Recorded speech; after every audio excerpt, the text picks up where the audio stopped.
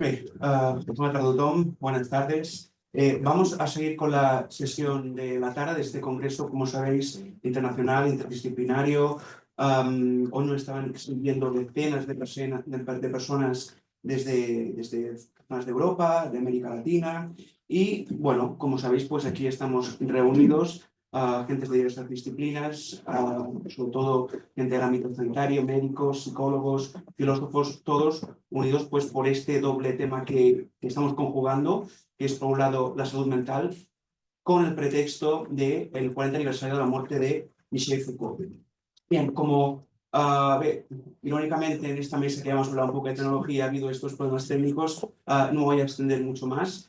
Simplemente quiero agradecer a la Fundación York que nos haya cedido este espacio y haya colaborado desde el primer momento, y también dar las gracias a Alejandro Tiana, que después en la sala que tenemos aquí en el patio interior nos hablará desde su experiencia también como exsecretario de Estado de Educación, también el rector de la UNED. Efectivamente, es una cuestión que nos una hoy, mezclar la salud mental con la educación, y precisamente para poder desarrollar también este tema, que la teníamos, digamos, en horario, la teníamos puesta a las 6, intentaremos ser lo máximo precisos posible. Entonces, nuestra mesa es la tecnología y la ética del cuidado. Empezaremos hablando por el siguiente orden. Tengo aquí a mi izquierda a Antoni Bosch, después tenemos a María Rocío Arango y finalmente a Rebeca Maldonado. A medida que vayamos hablando, yo iré presentando y iré haciendo las ponencias. Si parece bien, pues empiezo por Antoni Bosch. Él es enfermero, es responsable del Servicio de Atención Espiritual y Religiosa de aquí del Parc Sanitari Sant Joan de Déu. Es diplomado en Enfermería por la Universidad de Barcelona, posgrado en Humanización y Atención Espiritual en Sociedades Plurales, logoterapeuta acreditado por la Asociación Catalana de Logoterapia y Análisis Existencial, y trainer en Focusing per l'Institut Internacional de Focusing, responsable del Servei d'Atenció Espiritual i Religiosa del Parc Sanitari Sant Joan de Déu d'aquí de Sant Boi de Llobregat. Llavors, Antoni, si cedemos por aquí. Al pasador, vale. Supongo que como la gente online va a ver la presentación, yo puedo bajar y hablar desde aquí. No te agafará la cámara, pero Sí, tómate. pero veo que no coge la cámara, ¿no? Sí, bueno. Sí, pero... Vale, bueno, arrancamos. Sí, más que nada porque desde aquí creo que no pasa. Espera. Un momento.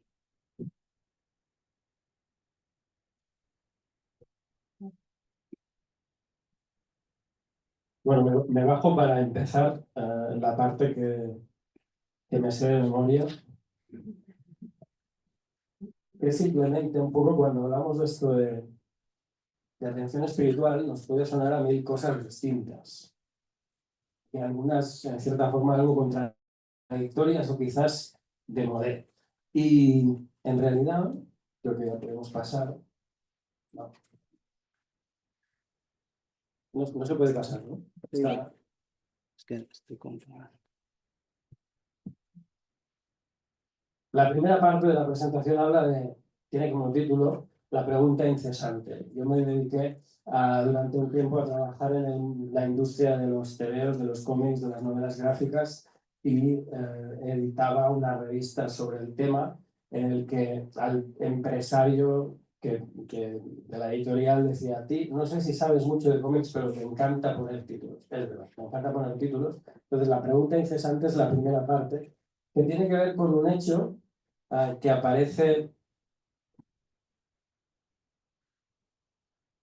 muy bien ilustrado en esta viñeta, en el que podemos ver, ya abajo, podemos ver cómo todos los seres vivos tienen una serie de necesidades de supervivencia, ¿no? Básicas, lo que llamamos necesidades de supervivencia: comer, sobrevivir, reproducirse, hasta que llegamos nosotros. Y ahí, como yo, con las manos en los bolsillos, nos preguntamos: ¿y esto de qué va? ¿No? Es decir, los seres humanos, más allá de las necesidades de supervivencia, tenemos lo que Ramón María Nogués llama necesidades lujosas, necesidades de trascendencia, necesidades de sentido.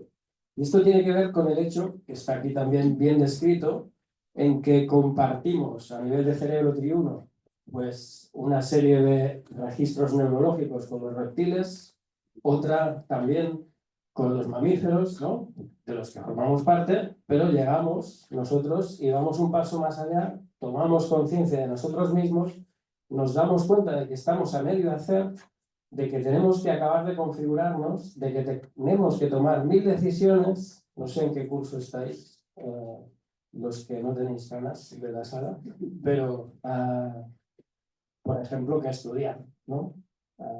Y seguir por un lado, por el otro. Y todo eso tiene que ver con que hay que tomar decisiones que nos hipotecan la vida, en cierta forma, que condicionan lo que va a ser nuestra biografía en gran medida, y sin embargo nos falta información. Para tomar bien las decisiones necesitamos información y resulta que un poco desde Sócrates sabemos que la mayor parte de las cosas importantes no las sabemos. También lo dijo Wittgenstein un poco más tarde, ¿no? Sí. La ciencia nos da muchos qués, nos describe muchas cosas, pero luego el por qué y el para qué queda a elección de cada uno, ¿no? Y desde ahí, Ramón María Nogués habla de este cerebro social con el que pretendemos dar un salto entre lo que sabemos, lo poco que sabemos, y aquello que necesitaríamos saber. Y desde ahí se generan creencias y convicciones, ¿no?, para tomar decisiones con un cierto aplomo, podríamos decir.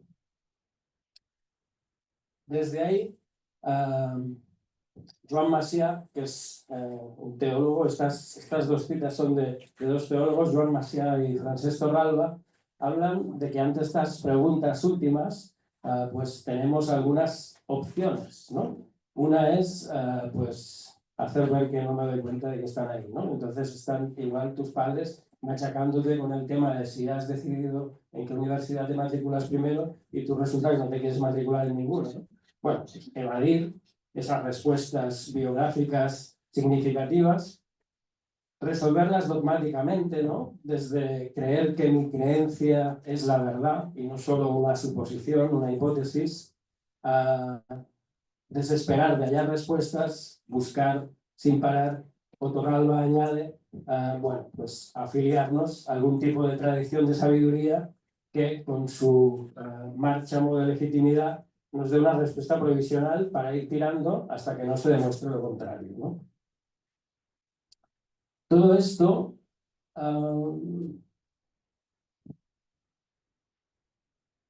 bueno, nos lleva, en cierta forma, al tema de Foucault y esa idea de lo epistemológico, de la episteme, como ese marco de referencia que nos permite pensar y que también nos impide pensar, en cierta forma, ¿no?, que delimita en qué podemos pensar y qué se nos puede ocurrir y que queda más allá de lo pensable para una determinada sociedad. ¿Y esto cómo lo conectamos con la espiritualidad? Con esa búsqueda de respuestas en relación al sentido de la existencia en mayúsculas, ¿no?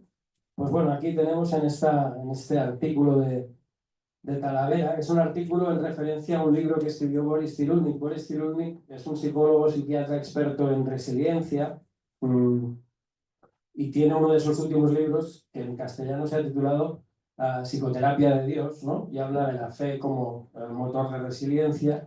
Y aquí habla de que los seres humanos buscamos, desde la teoría más psicodinámica, personas, objetos, relatos y contextos que nos den seguridad y confianza, ya que llegamos al mundo en plena contingencia, siendo muy vulnerables, dependientes, y necesitamos todo aquello que pueda tranquilizarnos, ¿no? Necesitamos apoyos en los que poder tranquilizarnos. Esos apoyos en los que poder tranquilizarnos, bueno, no es, pues, vienen al final de la película, digamos, el donde yo creo que más comúnmente podemos encontrarlos. Pero desde ahí, nuestra vida, en parte, es una lucha ante la incertidumbre, ¿no? Hay otro psicólogo que se llamaba Wilfred Bion que hablaba de que nuestro psiquismo emerge a partir de la experiencia traumática del nacimiento y ahí que parece que el mundo se acaba, ¿no?, con lo bien que estábamos antes, y resulta que salimos a la intemperie, al frío, al desamor, ¿no?, al abandono, y después alguien nos recoge, nos limpia, nos acaricia, nos amamanta, y desde ahí se despierta la otra respuesta, el otro polo, que es la confianza básica, ¿no? Bueno, las cosas pintan bastos, pero de alguna forma lograremos salir adelante, ¿no? Bueno, desde ahí nos encontramos con que también en este señor Kenneth Pargamen, es experto en afrontamiento religioso, nos habla de que en la vida no paramos de enfrentarnos a situaciones límite que nos desafían, y ante esas situaciones límite, de alguna forma, ¿qué es lo que desafían? Pues desafían nuestra cosmovisión, nuestro mapa del mundo, lo que entendemos que tiene que ser la vida. Y desde ahí, pues un poco el tipo de creencias que los humanos manejamos habitualmente es este que decía, de la confianza básica en la vida, aunque no lo hayamos explicitado. Entonces, bueno, pues yo creo que hay un cierto orden y sentido en el mundo. ¿Por qué? Porque como vivir es difícil, si resulta que encima no hay sentido, ni motivo, ni propósito, pues yo me rindo a la primera de cambio, porque ¿para qué seguir luchando? ¿No? Tengo que creer que seguir luchando vale la pena, porque si no, ¿para qué? ¿No? Recuerdo un señor que era profesor de educación física que decía, si tú empiezas una maratón pensando que no la vas a acabar, seguro que no. Necesitas estar motivado para, en los momentos de crisis, de duda y tal, seguir perseverando, ¿no? Bueno, pues esta es un poco la creencia general con la que vivimos todos, ¿no? Esta idea de que, bueno, vale la pena seguir arrimando el hombro en esto de vivir, ¿no? Luego está lo que decía Torralba, esas creencias, pues que evidentemente no dejan de ser creencias, pero que hay alguna tradición espiritual, filosófica, que las avala y que de alguna forma dan sus frutos, y nosotros podemos observar eso y apuntarnos al cargo, ¿no? Ahora está de nuevo de moda toda la filosofía estoica. Y por último, se habla también de las creencias desadaptativas, ¿no? Que yo creo que cada vez el mundo se está poniendo más favorecedor de esas creencias desadaptativas, que son las creencias apocalípticas o conspiranoicas, ¿no? Paranoides, que aquí todos conspiran contra nosotros y que al mundo le quedan 2 días. Bueno, lo cierto es que las noticias cada vez parecen darle más la razón a este tipo de creencias, que en el fondo son creencias que nos anulan, que nos paralizan y que nos enferman. No son gratuitas, ¿no? Creen una cosa u otra. Desde ahí me voy, y me imagino que ya debo estar acabando el tiempo, seguramente, y estoy en las primeras diapos, a esta definición de espiritualidad que se gestó en California en el 2009 en una macro reunión con personas del ámbito de la salud y del ámbito de la espiritualidad, para definir, cuando hablábamos de espiritualidad en salud, a qué nos referíamos. Y en realidad, la resumo muy rápidamente, hablan de que tiene que ver con la búsqueda de sentido y la búsqueda de conexión. Que los humanos vamos por la vida, no sé si, que me sale en catalán, pidolán, pero vamos mendigando, de cierta forma, conexión y sentido, ¿no? Entender de qué va el mundo y a la vez sentirnos conectados con otros. No digo que sea mendigando, pero cuando las cosas se ponen feas, sí que acabamos mendigando incluso eso, ¿no? ¿Y eso qué importancia tiene con la salud? Pues tiene importancia para los que os interesa el tema de la salud por el hecho de que el constructo de experiencia de salud o de enfermedad tiene que ver con 3 variables. La variable de si hay presencia de malestar, sufrimiento o no lo hay. La variable de si hay función o no la hay, si yo funciono a nivel laboral, si mi corazón funciona, mi riñón funciona. Y por último, el sentido que le doy a todo eso, ¿no? ¿Cómo encajo todo eso que me pasa? El hecho de tener un dolor crónico o el hecho de tener una discapacidad, ¿cómo lo encajo en mi retrato del mundo, en cómo yo tendría que ser, ¿no? La semana pasada empecé a atender a un chico de 19 años, originario de Pakistán, con un trastorno de espectro autista, y él está precisamente en lucha consigo mismo, porque él tiene una imagen muy clara de lo que tendría que ser una persona de éxito, y tiene un montón de checks que no le encajan, ¿no? Que no cumplen. Y desde ahí digo, pues yo ¿para qué? ¿Para qué si no? Ni soy europeo, ni soy inteligente, resulta que si voy en el metro me pierdo y no me aclaro, y todas esas cosas me hacen sentir no válido, no apto, y hacen sentir que tenga ganas de rendir. Bueno, desde esa comprensión de quién soy y de qué es lo que necesita el mundo. Desde ahí, bueno, aquí lo que decía esta otra diapo era el hecho de que estas 3 variables, malestar, función, disfunción y sentido interactúan entre ellas, desde estas lógicas del caos, desde la interacción, y se van modulando unas a otras. Con lo cual, intervenir desde cada una de ellas, desde aliviar el malestar, desde generar adaptaciones para la disfunción o desde resignificar lo que me está pasando, favorece la experiencia de salud o la perjudica. Para los que sepáis catalán, para los que no, yo os lo traduzco. Este juego de palabras a mí me encanta. Dice, como era filólogo, como alguien de por aquí, como era filólogo, le regaló, en catalán hay una C que está rota, dice una C trencada, que suena, y le cambió el dolor, la palabra dolor, por la palabra dulzor, que significa dulzura, ¿no? Añadió una letra y resignificó la experiencia de dolor por una experiencia de ternura, podemos decir, ¿no? de dulzura. Y de eso va mucho el trabajo que nosotros hacemos. Este es un gran marco que habla Vasilis Saroglu de que toda experiencia religiosa se maneja en los ámbitos cognitivos, emocionales, de pertenencia y morales, y puede ser una experiencia salutífera o enfermiza. Puede ser una experiencia que favorezca la sensación de apego seguro, de amparo, de pertenencia, de validez, o todo lo contrario, sea una experiencia que nos haga sentir inválidos, culpables, indignos, todas esas cosas. Desde ahí, la importancia de acompañarnos y resignificar.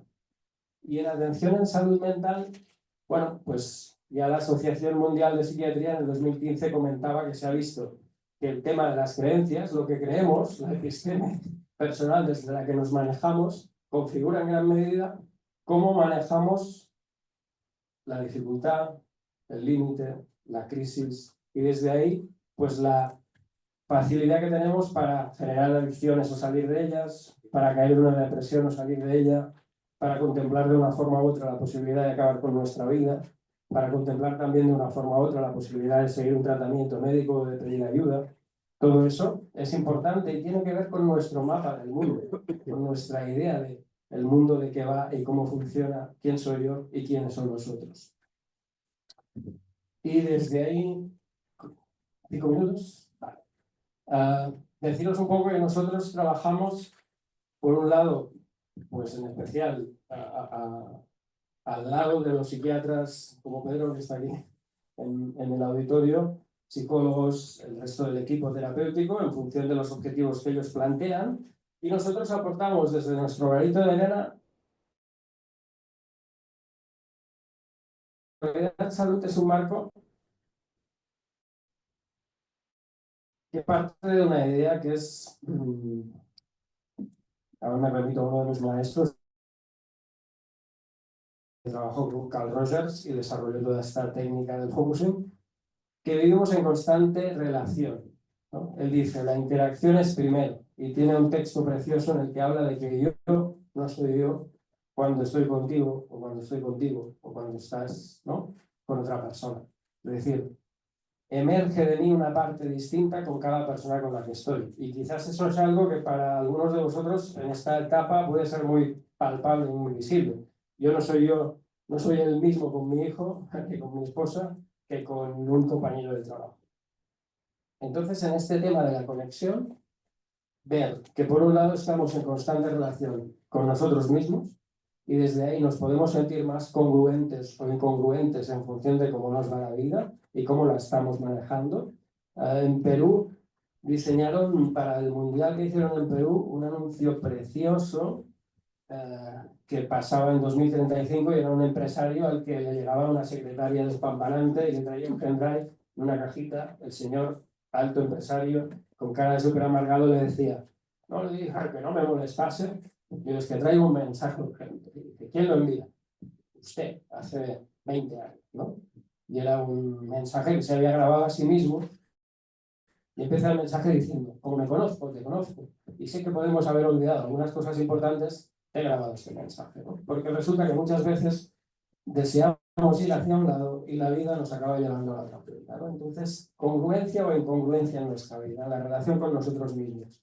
Segundo término, relación con los demás. Conexión, anulación, dependencia, qué tipo de relación establecemos con los demás. Y por último, un poco, desde esta clave más transpersonal, pues la relación con la existencia. Sí, si yo encuentro mi lugar, si soy una persona de esperanza, esperanza en la sorpresa, esperanza en, ¿cuál era? La casualidad, el azar también, otros tipos de esperanzas. Y después, en el marco de la psicología de la religión, pues es un poco lo que ya habéis visto de esas posibilidades de sentir la creencia como un sostén o como una vigilancia, ¿no? Cambia mucho una cosa de la otra. Y pues eso lo manejamos con 1000 marcos teóricos para facilitar que la persona llegue a experiencias de congruencia, de conexión, de esperanza, de confianza básica en la vida, lo que hablamos antes del Wilfred Bion, y de sentido. Desde aquí yo creo que ya aquí son como casuísticas concretas en las que trabajamos. Y a propósito de Foucault, bueno, a mí no me cuesta decir que cuando me dijeron de participar en un congreso de Foucault, yo el Foucault con el que estoy más acostumbrado a tratar es este otro, es Charles de Foucault, ¿no? Entonces, digo, bueno, vamos a ver cómo manejamos esto. Y Charles de Foucault decía que era una apuesta por el silencio, un poco también como Wittgenstein cuando decía, mira, hay cosas de las que no se puede hablar, y de las que no se puede hablar es mejor callar, decía Wittgenstein. Claro, el silencio de Charles de Foucault no es mutismo, es silencio reverente, que cuando sabes que no hay palabras apropiadas, pero está ahí la presencia que sostiene el silencio en compañía, ¿no? Y en cierta forma yo creo que Michel Foucault también hablaba de esa importancia del hombre concreto, de no hacer abstracciones, ¿no? Sino de acudir a la experiencia tal cual se da. Y desde ahí, esa idea de no ir con preconcepciones de que ya sabemos de qué va el mundo, ¿no? No ir de sabiondos, sino ir de buscadores, de aprendices. Yo creo que Charles de Foucault se manejaba más en el silencio del no saber, y Michel Foucault trabajaba más desde desaprender o cuestionar lo que damos por sabido, ¿no? Esas dos cosas. Pero en el fondo son registros similares que a mí... un minuto, pues lo dejamos, me salto a Sara Mesa y ya podéis ver en los cines la película de Un amor, pero resulta que el libro acaba de transformar más interesante. Después lo perdéis, ya lo buscaréis en la biblioteca.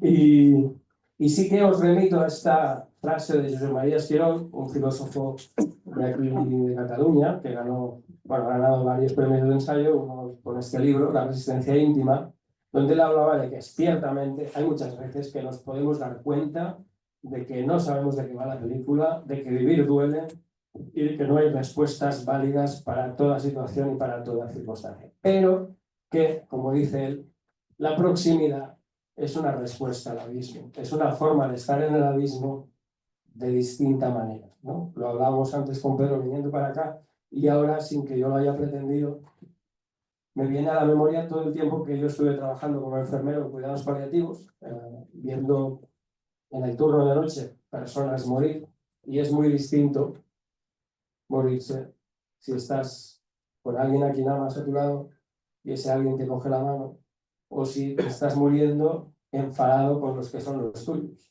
que también será, ¿no? Las dos posibilidades son reales, en los dos casos a nivel biológico te mueres, pero la experiencia es muy distinta.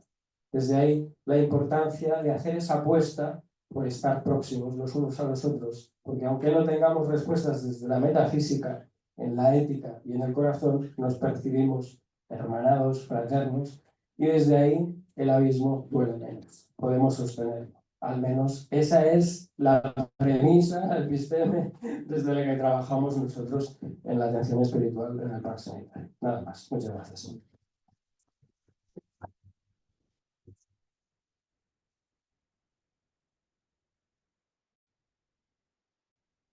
Bien, pues muchas gracias, Tony, por tenerte tanto de tiempo. Vamos a hacerlo así, intentaremos unos 20 minutos, sobre todo para que pueda haber después diálogo, interacción con el público, para que pueda haber preguntas. Bien, pasamos a la siguiente ponente. Tenemos a María Arango. Ella es decana de la Escuela de Artes y Humanidades en la Universidad EAFIT de Medellín, Colombia. Es magíster en Administración de la Universidad de los Andes, contadora pública y especialista en lógica y filosofía en la Universidad EACID. Su carrera académica ha girado en torno al problema del control, primero en el ámbito de la organización, la empresa y la administración pública, y luego desde el ámbito político y social. Su campo de estudios se inscribe en una perspectiva interdisciplinaria que aborda el tema desde la filosofía, la sociología, los estudios del lenguaje y la comunicación. Desde esta perspectiva, ha centrado su trabajo actual en el estudio e investigación de los dispositivos de control propios de la biopolítica, la psicopolítica y lo que ha llamado la genomapolítica, así como en sus respectivos modos de resistencia a través de los movimientos sociales y de las llamadas microresistencias. Ella nos hablará de la economía de la atención y su impacto en la hermenéutica del cuidado. Muchas gracias. Bueno, hoy tenemos un doble público que me alegra. Por un lado, los estudiantes que empiezan su formación, por el otro, los académicos. Bueno, mi ponencia se llama La economía de la atención y su impacto en la hermenéutica del cuidado.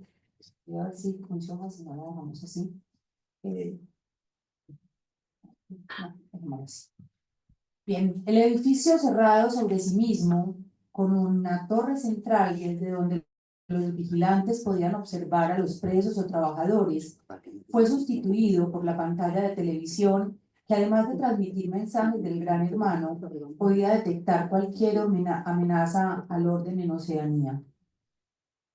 Ahora, esa pantalla fija y chillona ha sido reemplazada por el delgado y brillante dispositivo que llevamos en nuestros bolsillos, capaz de registrar los detalles más íntimos de nuestra existencia sin que muchos lo notemos. La era digital ha transformado cómo interactuamos con la información, originando una economía de la atención. Este nuevo fenómeno se caracteriza por una competencia feroz entre plataformas y medios digitales que capturan nuestra atención, provocando efectos nocivos como la intoxicación de dopamina y el aumento de la ansiedad y la depresión, sumados a la acelerada velocidad con la que enfrentamos el día a día. Ante este escenario, la práctica ancestral del cuidado de sí podría ofrecer claves para recuperar el control y vivir mejor con los otros. Teniendo esto en consideración, hoy quiero explorar cómo los dispositivos de vigilancia, especialmente las redes sociales, acrecientan el poder sobre nuestras vidas y a su vez cómo las herramientas antiguas de autocuidado pueden ayudarnos a resistir esta captura de atención. Para ello analizaré 3 dispositivos de vigilancia. Luego abordaré la noción de cuidado de sí y finalizaré con una reflexión sobre su impacto en nuestra salud mental y vida social. Dispositivos de vigilancia. La vigilancia panóptica, concepto de Foucault, describe un control donde los individuos se adaptan a normas sancionadas por el poder. La sinóptica, propuesta por Mathiesen, la complementa mostrando cómo muchos observan o ven a unos pocos. Didier Vigo introdujo la vigilancia panóptica, enfocada en la exclusión y categorización de los individuos mediante el uso de los datos. En la economía de la atención, numerosos algoritmos segmentan a los usuarios, limitando la diversidad de la experiencia y los conocimientos.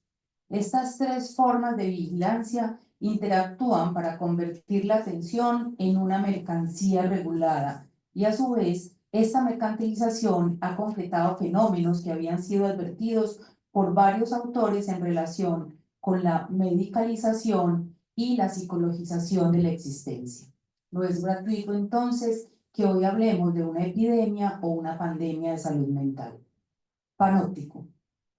Es paradójico que el modelo panóptico, tan conocido por su diseño físico, haya tenido, según aplicación, tan poca aplicación práctica y, sin embargo, continúe simbolizando el ideal de vigilancia. Digo poco ideal práctico porque, aunque este colegio, por ejemplo, nos reconoce como una estructura panóptica, nos falta la torre de vigilancia en el centro, que nunca está.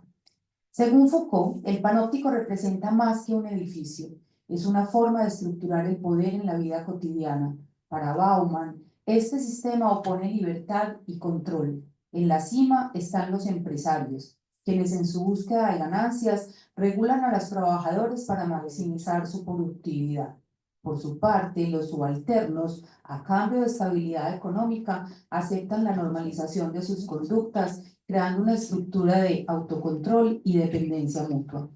La estructura panóptica funciona como una pirámide de control total. En cada nivel, los individuos se adaptan a las reglas de sus supervisores, cumpliendo órdenes que refuerzan el dominio de los vigilantes.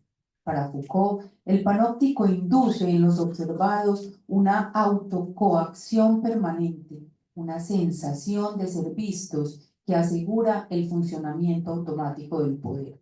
Este sistema es útil no solo para disciplinar y clasificar, sino también que funciona como un laboratorio donde se experimentan técnicas para aumentar la eficacia institucional. De este modo, la vigilancia constante crea una base de conocimiento sobre el comportamiento humano explotada en beneficio de la productividad y el control. Ahora bien, la mayor limitación del panóptico es el encierro físico, pues excluye aspectos de la vida exterior y la intimidad. Según Hagerty, las discusiones respecto de la superación o no del modelo panóptico están lejos de terminar. A pesar de ello, es cierto que las nuevas formas de la vigilancia instauradas a partir de la revolución de la información han hecho posible prescindir del encierro y penetrar más profundamente en la vida social e íntima de los vigilados. El control ultrarrápido al aire libre del que hablaba Deleuze requiere nuevas máquinas de vigilancia que, si bien no reemplazan el panóptico, sí lo complementan. Sinóptico. Con la expansión de la vigilancia hacia los espacios abiertos, la tecnología ha cambiado no solo los métodos de control, sino su propósito. Las nuevas formas de vigilancia, en lugar de normalizar la conducta, se enfocan en dos objetivos: excluir a los desviados y motivar a las personas hacia un ideal basado en el consumo. Actualmente, la vigilancia busca algo más que conformidad y se emplea para promover la libertad de consumo, mejorar la salud, aumentar la productividad o incluso generar simple entretenimiento. Esta mañana veía un titular de que en el hospital que estábamos estaban haciendo una investigación de cómo los relojes pueden monitorear ciertas medidas biológicas para anticipar depresión, ansiedad y demás. Este es el sinóptico. Esta transición permitió que la vigilancia adquiriera una estructura rizomática, descentralizada y extendida a través de innumerables aplicaciones e interacciones digitales. La información fluye entre organizaciones públicas y privadas, sin límite nacional, dificultando la regulación estatal. Al ser omnipresente, la vigilancia digital se ha naturalizado y pocos la cuestionan. A propósito de lo anterior, Bauman y León señalan que la vigilancia actual permite acciones a distancia, separando a las personas de la moralidad de sus actos y de sus consecuencias. En este contexto, la captura de datos se asemeja a una confesión, ya no como revelación íntima, sino como una afirmación de la autenticidad personal. La confesión moderna lleva a que la privacidad abandone el ámbito de lo íntimo y colonice el terreno de lo político. La privacidad, antes entendida como un espacio de libertad, se ha convertido en un lugar de confinamiento, y esta pasión por la confesión da pie a Bauman para asegurar que estamos en una sociedad confesional. Sumado a lo anterior, la comunicación en línea ha fomentado una cercanía superficial y exenta de compromisos, creando redes de contactos en lugar de comunidades. Mientras una comunidad proporciona seguridad y exige obligaciones, en redes sociales los individuos están libres de estas restricciones, lo que debilita los vínculos y contribuye a la fragmentación de lo social. Así, cada persona se convierte en responsable único de su bienestar, aislada de un apoyo comunitario sólido, y tiene que mendigar el apoyo. Adicionalmente, la vigilancia sinóptica se refuerza con la fragmentación y personalización de los contenidos, dificultando la percepción de un sistema de control unificado. El bombardeo constante de imágenes y mensajes sobre lo que se constituye el bienestar lleva a los individuos a ver en el consumo, un medio de salvación personal, mientras el Estado pierde relevancia como garante de la protección. Hoy creemos ser libres de reinventarnos, pero esta búsqueda de autorrealización se convierte en una nueva forma de sujeción. La optimización personal, más que una liberación, se presenta como una coacción interna que impone autoexigencia y rendimiento, haciendo que el individuo se someta a sus propias expectativas de mejora. Analítica predictiva o panóptico. La analítica predictiva es clave en la vigilancia moderna, puesto que los datos son uno de los activos más valiosos actualmente.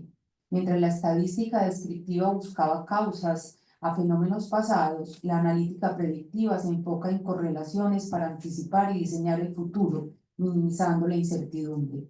Así, a diferencia de la vigilancia panóptica centrada en hechos pasados y la sinóptica enfocada en el presente, la analítica predictiva mira hacia adelante, intentando moldear los comportamientos futuros a través de probabilidades y tendencias.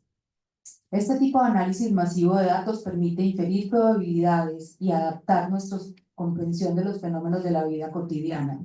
La creciente disponibilidad de información personal y la capacidad de almacenamiento han permitido que unas pocas empresas globales procesen enormes cantidades de datos y los usen para predecir y modelar el comportamiento de miles de millones de personas.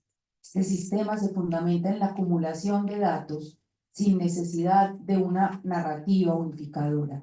Como afirma Hahn, los números son meros aditivos que, lejos de ser una herramienta de cuidado personal, se convierten en un instrumento de control.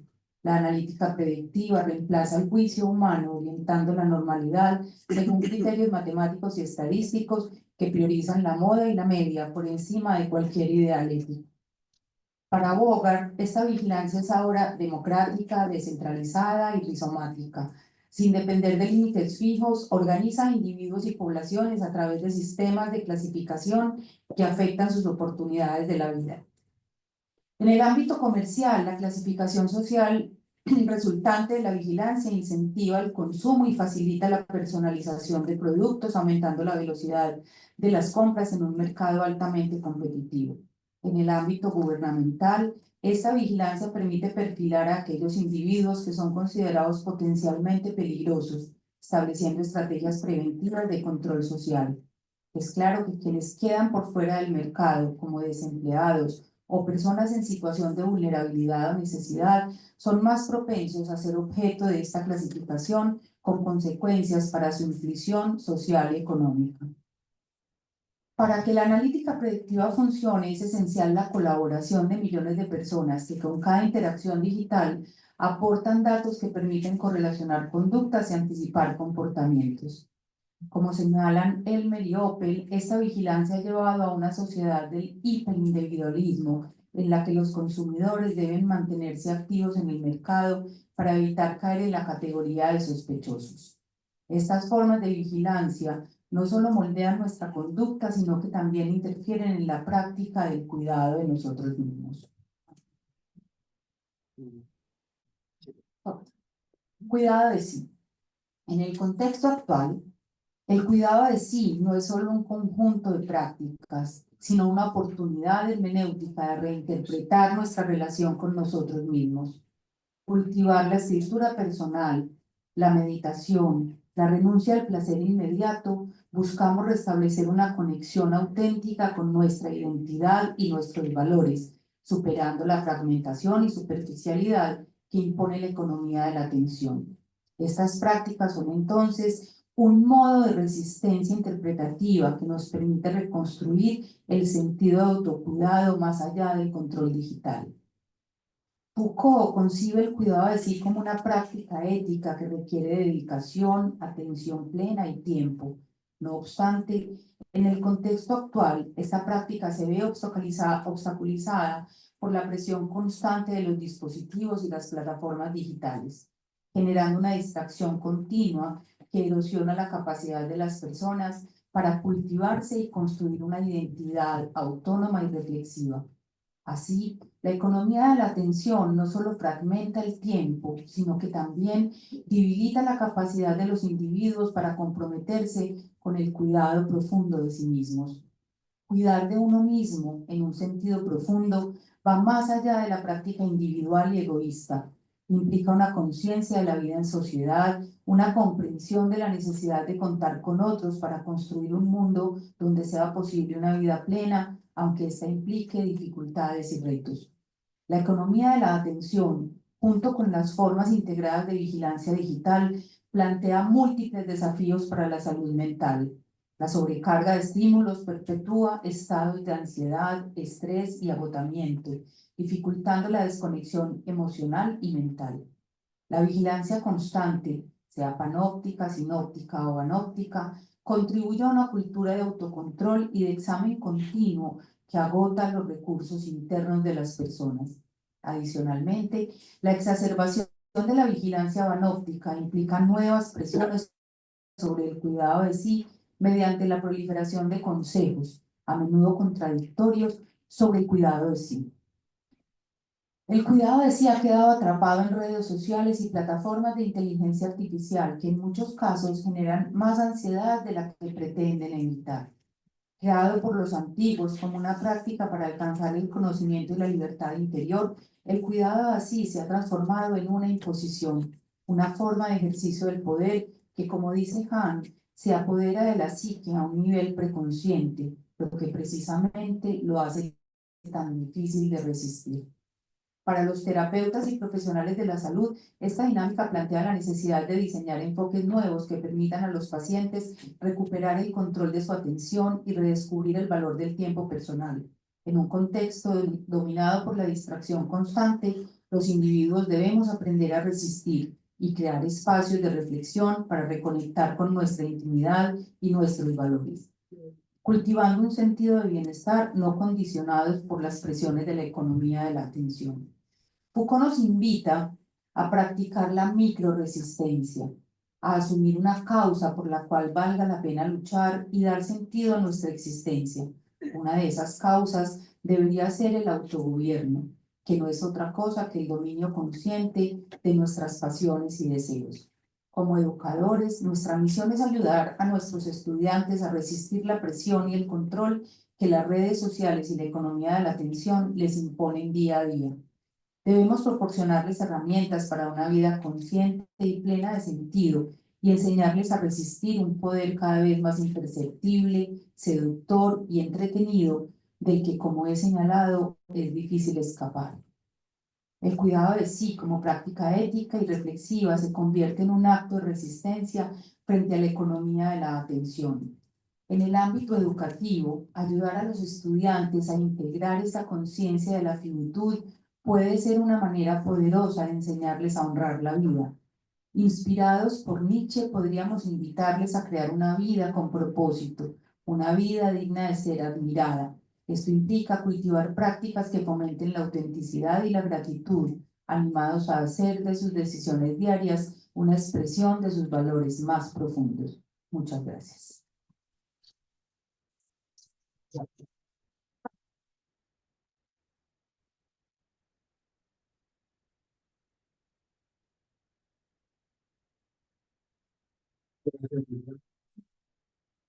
Bueno, vamos a seguir. Siendo el orden, pues, me toca para mí. A ver, bueno, soy Don Morro, soy profesor en la UNED, donde estoy a cargo como tutor de las materias de lógica y ética, y también soy profesor en esta casa, profesor de ética, de psicología, de filosofía, y lo he sido de muchos de los que estáis en esta sala también. Soy doctor en Humanidades por la Universidad Pompeu Fabra y soy también el vicepresidente de este congreso en curso. Estudié filosofía y gestión de crisis y antes de dedicarme probablemente a la docencia me dedicaba a la gestión de desastres naturales. Estudié también percepción y comunicación del riesgo, sobre todo en el área de psicología social, y contribuí a algunos planes de emergencia para desastres de naturaleza sísmica en las Azores.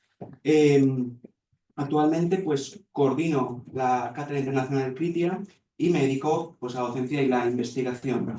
Yo os voy a hablar pues, de esta relación que hay entre la tecnología, la terapia y esto del deseo transhumanista. A ver, primero decir alguna cosa sobre esto del transhumanismo. Realmente el cómo se le llame, el nombre de la cosa aquí es irrelevante.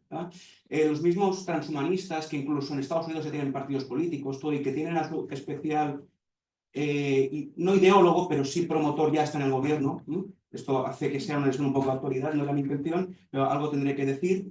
El transhumanismo, cuando aparece a finales de los 80, principios de los 90, pues se llamaban extropianos, también ahora se llama Humanity Plus, han tenido diversos nombres. En el caso, como fenómeno, o para irnos probablemente al concepto, el transhumanismo básicamente sería como el intento por convertir podríamos decir, los problemas existenciales o espirituales, como decía Antoni, en retos tecnológicos. Es decir, aquello que tiene que ver, pues digamos, con la vida, la muerte, el amor, la salud, pues convertirlo pues, en un reto para la ingeniería y siempre bajo un supuesto progreso humano.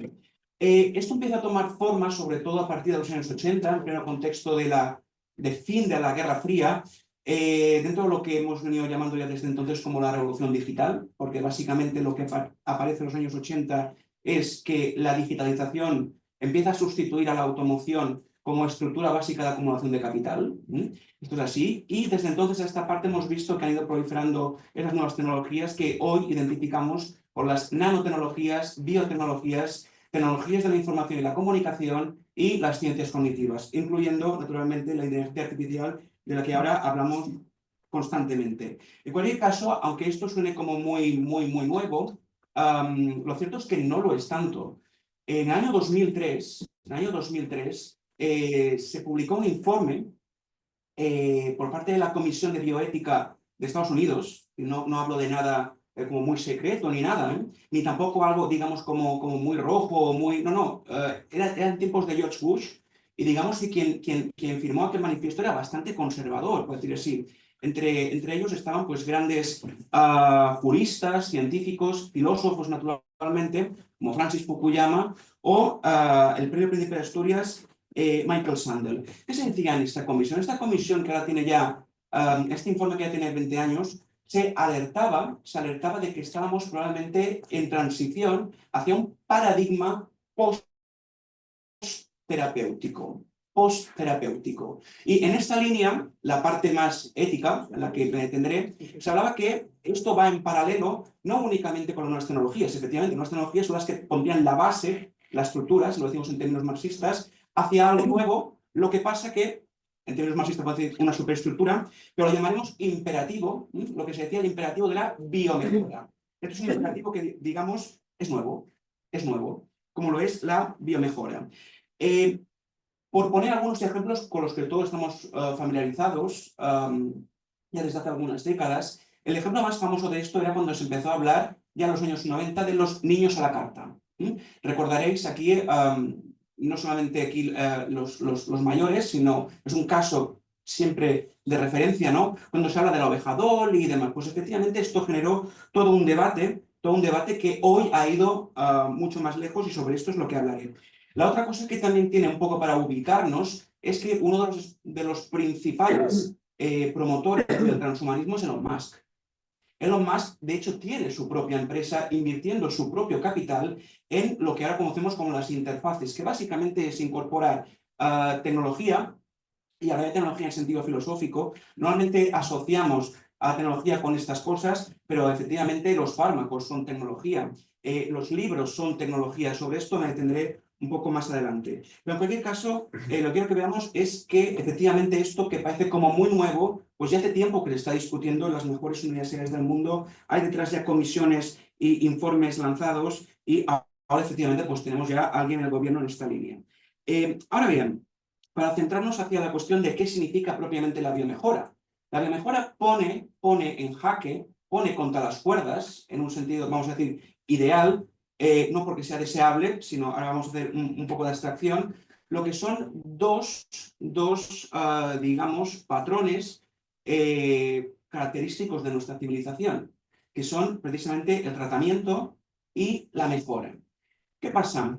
Aquí me remito ahora a Foucault. Foucault ya nos decía que tanto el tratamiento como la mejora no es una cosa que podemos tomar como digamos, una gran ecuación matemática, sino que cada época tiene sus ideales de tratamiento y de mejora, y no es una cosa reservada únicamente a especialistas, sino que está estrechamente relacionado con los dispositivos, como ya se ha mencionado ahora, y concretamente con lo que él llamaba las técnicas de normalización. Es decir, cómo a partir de lo que él llama, bueno, de lo que se entiende como tratamiento y mejora, podemos dividir la sociedad entre lo normal y lo anormal. ¿Quién es normal y quién es anormal?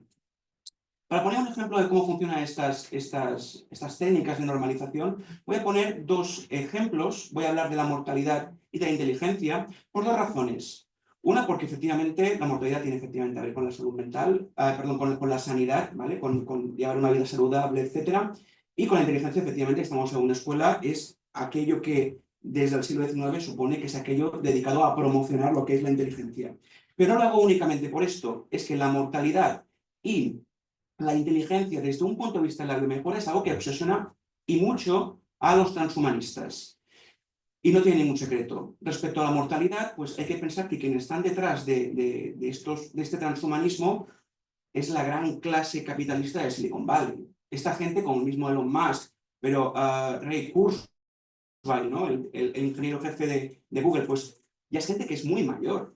O sea, está creciendo. No son chavales de 20 años que están experimentando en la universidad, son mayores y tienen mucho dinero. Por lo cual, ellos mismos se encargan de subvencionar todo tipo de investigaciones orientadas a lo que sería la inmortalidad del ser humano. Esto gusta mucho a los periodistas, ¿no? Hablar de la inmortalidad del ser humano, pero básicamente se trataría de cómo podemos cargarnos la normalidad de ¿a qué edad nos morimos más o menos en Occidente? 70, 80, pues vamos a ir más allá utilizando precisamente nuestras tecnologías. ¿Cómo funciona esto de las técnicas de normalización? Foucault lo ha explicado de la siguiente manera. Hay básicamente como un toma y daca, hay como un proceso de retroalimentación entre lo que serían, primero, una prescripción y después lo que podríamos tener como un recuento. Vamos a ver. ¿Qué es la muerte? ¿Qué es la muerte? Pongámonos en caso cuando los médicos del siglo XVIII empiezan a trabajar probablemente en los hospitales modernos, tal como los entendemos hoy. Quiere decir qué es la muerte. Por supuesto, esto es enunciado desde algún lugar, con toda la carga cultural, con todo el prejuicio, con todo el marco jurídico, etc.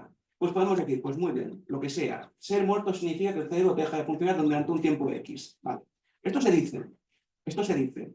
A partir de aquí, que eso se enuncia en un lugar, pues también en algún lugar concreto se empieza a captar y ahí se hace efectivamente una estadística matemática. Recordar que el origen de estadística viene de la ciencia del Estado y se inventan precisamente los franceses a partir del siglo XVII, con lo cual no es casualidad, como tampoco es casualidad, como por decirlo Foucaultianamente, que efectivamente la normalidad estadística acabe coincidiendo con la normalidad moral, ¿vale? Esto es como qué casualidad que todos los ríos pasen por debajo de los puentes. No, no es casualidad.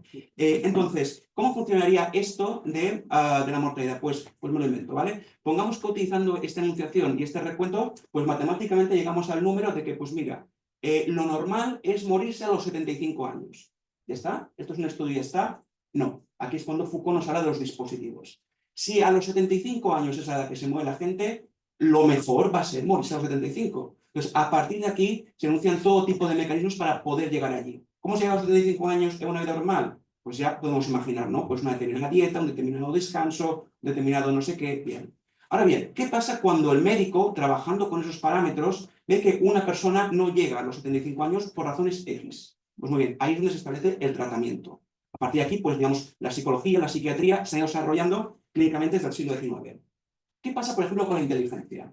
Estos transhumanistas, no todos, pero una buena mayoría son de formación informática, con lo cual ellos sí que entienden a entender la inteligencia básicamente como computación, es básicamente computación. Y una cosa que no hace falta ser un ingeniero de Silicon Valley, lo hemos visto todos, la capacidad de computación en los últimos años ha mejorado muchísimo. Y no solamente ha mejorado muchísimo, sino que podemos diferenciar entre hardware y software, con lo cual una inteligencia no está necesariamente determinada por una plataforma determinada. ¿De acuerdo? Con lo cual, a partir de aquí, pues se plantea, ¿por qué no poder mejorar nuestras inteligencias? Si nos dicen los psicólogos, por ejemplo, que la inteligencia normal es 100, efectivamente, ¿qué se va a esperar? Pues que eso se acabe correlacionando pues, con un determinado nivel de lectura, un determinado nivel de cálculo, que es lo que se supone que hacemos en la escuela. Pues supone que a los 7, a los 17, lo que sea, hay que tener un determinado nivel de matemáticas, un determinado nivel de lengua. ¿Qué pasa con toda aquella población que no llega a esos estándares? Pues tratamiento. Vale, ¿dónde entra la biomejora en todo esto? La cuestión que nos plantean los transhumanistas aquí es, si tenemos una tecnología que nos permite directamente, no únicamente aplicar estas técnicas de normalización, como diría Foucault, sino directamente intervenir al sistema nervioso para que la normalidad sea morirse a los 150 años, a partir de una serie de microchips o lo que sea que va eliminando las células cancerígenas del propio cuerpo, o que me introduzco algún tipo de interfaces y estas cosas que dice Elon Musk, ¿no? En mi cerebro para tener una capacidad de cálculo o de atención que ni la cafeína podía, pues muy bien, ¿por qué no hacerlo? Nos planteamos, ¿de acuerdo? Aquí efectivamente es donde se desarrollan los dispositivos. Los dispositivos que, por cierto, y aquí está la gracia de Foucault, y por eso es tan importante enfocarlo desde la interdisciplinariedad, implica, por supuesto, la capacidad de ver algo que antes no se veía. Requiere también la capacidad de hablar de algo que antes no existía. El simple hecho de hablar de ciencias de la salud, esto no es una cosa que existe siempre. Esto aparece en un momento determinado. Entonces, todo esto está muy relacionado también, podemos decir, con determinado imaginario. Y naturalmente esto del transhumanismo tiene detrás su imaginario, podríamos decir así, popular. Yo os decía, todo esto empieza a partir de los años 80. A partir de los años 80, y tiene que ver con lo que estoy diciendo, parece ciencia ficción, pues recordaréis algunos, Robocop, Terminator, todo eso es el transhumanismo en el fondo. Lo que pasa es que ya no se está hablando tanto de ciencia ficción. Luc Ferry, filósofo, exministro de Educación en Francia, también en tiempos de Sarkozy, tampoco estoy hablando de algo muy bolchevique, ¿de acuerdo? Ya nos decía que en la primavera del 2015 es cuando el transhumanismo ha dejado de ser ciencia ficción y se convirtió en realidad. ¿A qué le estaba refiriendo? Pues muy bien. Se hizo un experimento, unos genetistas chinos, por el cual, por dicho experimento, se perfeccionó 83 embriones chinos. Es decir, aquí se intervinieron directamente estos individuos. El qué se hizo exactamente no lo sabemos con exactitud. Si realmente se les modificó para vivir estos 150 años famosos o que con facilidad lleguen a 200, no lo sabemos. De inteligencia creativa no lo sabemos. Lo que sí sabemos es que se intentó publicar el artículo en las mejores revistas científicas, en Science, en Nature, y denegaron la publicación por razones ontológicas. Cualquier caso, lo que con esto es que esto ya está en marcha, efectivamente, está en marcha. Y ahora haré un pequeño giro para centrarme en una cosa en concreto, no para hablar tanto de inteligencia y de la cuestión de la mortalidad, sino para hablar del amor. Del amor. Porque efectivamente sobre el amor también hay una normalización. ¿Y qué se supone que es un amor normal y qué supone que es un amor anormal? Y no lo quiero sacar tampoco de la manga. Esto es precisamente una de las cuestiones que más se están hablando ahora, tampoco es una cosa muy marginal, sino sobre todo en las cátedras de ética y bioética de lugares como Oxford, ¿vale? Estoy pensando, pues por ejemplo, en algunas publicaciones de Julian Savulescu, es médico y filósofo, por cierto, donde, bueno, pues básicamente nos dice, pues está muy bien esto de aplicar a la ciencia ficción de la inteligencia y de la mortalidad, pero como profesor de ética, él diría, claro, me interesan pues, los temas del día a día. Y una cosa que nos afecta a todo el mundo, pues precisamente el tema del enamoramiento, las parejas, qué hago con la persona que quiero, qué he de hacer. Pues muy bien. Diré rápidamente en una frase que entendemos por amor, y concretamente por amor romántico, para entender la argumentación de lo que hay a continuación. Una cosa que tiene el amor, y esto es importante porque no estamos hablando de una cosa de inteligencia o una cosa de mortalidad, como lo que decía anteriormente. Una cosa que tiene el amor para ser amor es que implica por lo menos un motu propio, implicando mínimo a dos. Cuando digo mínimo a dos, es que efectivamente existe el amor a la humanidad, existe el amor a mis amigos, existe el amor por mis hijos, ¿vale? No estoy hablando únicamente del amor de pareja. Con lo cual, me parece importante insistir en el motu propio, es decir, que yo quiero a alguien, en el sentido en el que, por ejemplo, dos compañeros de trabajo no es amor, necesariamente no hay amor. Un matrimonio decidido por unos padres tampoco implica amor. Será otra cosa, mejor o peor, ahí no me voy a meter. Pero el amor implica como mínimo este motu propio, ¿de acuerdo? Que me parece importante para entender justamente lo que se plantea desde el amor, el deseo, perdón, transhumanista. Bien, cuando hablo de amor romántico, quiero matizar también que no lo voy a identificar con el amor patriarcal ni con el amor machista. No porque el amor romántico esté totalmente liberado de estas pulsiones, sino porque el amor patriarcal no es necesariamente amor romántico, ni el amor machista es necesariamente amor romántico, a pesar de que el amor romántico pueda cargar también estas cuestiones. Por la misma razón que el amor romántico es monógamo, pero no todo amor monógamo implica aquí un amor romántico. En cualquier caso, quería retomar un comentario que hacía antes Antonio, muy interesante, sobre el dolor y dulzor, ¿no? Es decir, el dolor y la dulzura. ¿Qué nos dicen los autores estos transhumanistas y en qué sería probablemente el deseo transhumanista? Pues erradicar el dolor, de convertir el dolor en dulzura, precisamente interviniendo al sistema nervioso. El sistema nervioso desde una biopolítica presuntamente voluntaria a directamente la intervención de microchips subcutáneos. ¿De acuerdo? Yendo ahora al tema del amor romántico. El amor romántico es moderno, es básicamente moderno y remitiendo precisamente a la cuestión del romanticismo, es básicamente un tipo de amor que sobre todo se difunde a partir de las novelas, a partir de la literatura, sobre todo a partir del siglo XVIII, siglo XIX. Y quiero comentar lo que serían 3 características propias de este amor propiamente, que dicen que es burgués, es un amor burgués, sobre todo es una burguesía dominante, no una burguesía del siglo XVI o XVII, sino ya industrial. Tiene 3 características. Una es la inmediatez física del amante. Es decir, con esto quiero decir que, por ejemplo, el amor platónico, el agapé, el amor místico, el amor a Dios, no es un amor romántico, precisamente porque no hay esta inmediatez física. Luego, otra segunda característica sería la intimidad de larga duración entre los amantes. Esto, por supuesto, excluiría el amor pasional, Romeo y Julieta, Dulcinea, ¿vale? No hay tampoco inmediatez física entre Dulcinea y Don Quijote. Y el tercero, y me parece que quizás es el más fundamental cuando hablamos de amor romántico, es, por decirlo así, un sufrimiento habitual en la convivencia. Es decir, el hecho de sufrir por el amor. Bien sea pues por celos, por inseguridades, bien sea por razones X. Entonces, si planteamos, no hablaré ahora de lo que sería este amor como biopoder o como dispositivo, directamente voy ahora a lo que, retomando la idea de tratamiento y mejora, vendría a estar como para representar este amor romántico. Bien, una vez planteamos su época, vamos, de esplendor seguramente estaría entre los años 30, 90, sobre todo en la época budista, ¿vale? El gran estado de bienestar, etc. Este amor romántico, diríamos, tendría como patrón de mejora pues una serie de características, yo mencionaré algunas, que son propias de la sociedad occidental contemporánea, como por ejemplo, relaciones sexuales matrimoniales satisfactorias sin finalidad reproductiva. Nosotros podemos tener normalizado pensar que no lo era. La misma idea de la píldora, por ejemplo, aparece precisamente dentro de estos patrones. Hijos deseados en común y deliberadamente controlados, es decir, el hecho de controlar, vamos a tener 1 o 2 hijos y no más, también es una cosa muy contemporánea.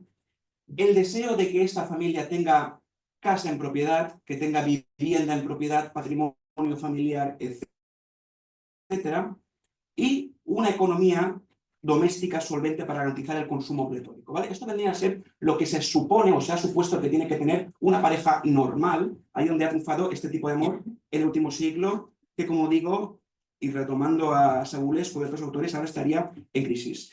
¿Pero cuál sería el tratamiento? El tratamiento de qué pasa cuando una pareja no puede cumplir alguno de estos estándares de mejora.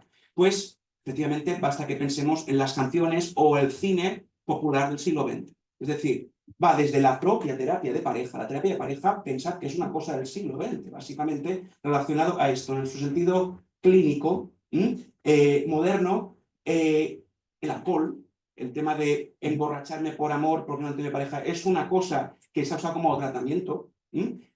La automedicación, incluso sin ningún tipo de prescripción médica, es una cosa que también está. Estos son patrones de tratamiento, y aquí es donde entra propiamente el transhumanismo. Se nos dice, vamos a ver, esto es ineficiente, el tratamiento. La mejora parece ser que ya no funciona. Y parece ser que no funciona desde 2 focos. Nos dicen estos catedráticos de ética. Nos dicen, por ejemplo, hay familias, por ejemplo en Estados Unidos y en Europa, que ya cumplen todo aquello que supone que tiene que ser la mejora del amor. Tener hijos deseados en común, haber tenido pues, un matrimonio con una vida sexual no únicamente como finalidad reproductiva, casa, propiedad, etcétera, pero que no se sienten satisfechos con su pareja, que no se sienten realizados. O otra proyección, y esto por ejemplo aquí lo estamos viendo, gente que ya ve que directamente no puede llegar a esto. Parejas que, por ejemplo, no pueden llegar a comprarse una casa o no quieren tener hijos, ¿vale? Con lo cual, pongo un ejemplo rápido para explicar cómo funcionaría la biomejora con estas situaciones. Imaginemos, por ejemplo, una pareja en la que uno de los dos, esta pareja, quiere tener hijos y el otro no. Una cosa que podría pasar en el siglo XX, pues por ejemplo, bueno, hablarlo, o esto se puede resolver en terapia, o esto se puede ser... Vale, todas esas ideas de tratamiento que nos podemos imaginar. Imaginemos otra situación en la que, por ejemplo, una pareja, después de muchos años, pues una de las partes, por ejemplo, no quiere o no se siente suficientemente satisfecha a nivel sexual con su pareja. Bien, aquí podemos plantear, ¿qué se nos plantea desde el transhumanismo? Es, bueno, dejo a mi pareja porque no me siento realizado, busco a otra pareja porque quiero tener hijos, ¿qué hago? Claro, efectivamente, este tipo de dilemas han existido desde hace mucho tiempo, no son temas de ahora. Lo que se nos dice es que la última palabra no la tenga la tecnología. La cuestión es que si yo realmente quiero una cosa y la persona que tengo delante no lo quiere, ¿por qué no esa pastilla o ese microchip que me ayude a tomar la decisión sin tener ningún tipo de remordimiento, sin tener que dar marcha atrás? Esto, como digo, es lo que justo ya se está experimentando, es algo que tenemos y que efectivamente, de darse, efectivamente estaríamos hablando de una nueva normalización, de un nuevo tipo de amor totalmente mediado por las tecnologías. Para terminar, diré solamente dos ideas básicas. Una es justamente enfatizar en que algo que suponemos que es algo tan personal y tan subjetivo como el amor, pues no deja de estar mediado por la tecnología, por lo cual hay que atenderla. Y segundo, yo creo que una cosa que prueba el hecho de que no se quisieran publicar determinados experimentos es que el futuro de la tecnología no es independiente del futuro de la geopolítica. Aquí lo dejo. Muchas gracias.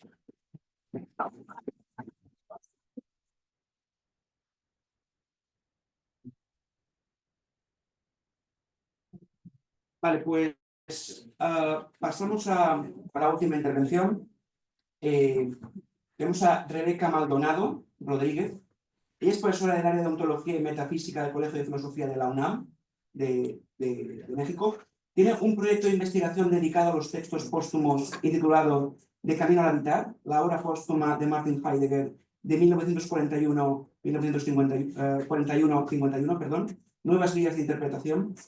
Participa en otros proyectos de investigación y es profesora y tutora del programa de maestría y doctorado en filosofía. Sus áreas de especialidad es la filosofía japonesa de la Escuela de Kioto, pensamiento budista y el pensar de la historia del ser de Martin Heidegger.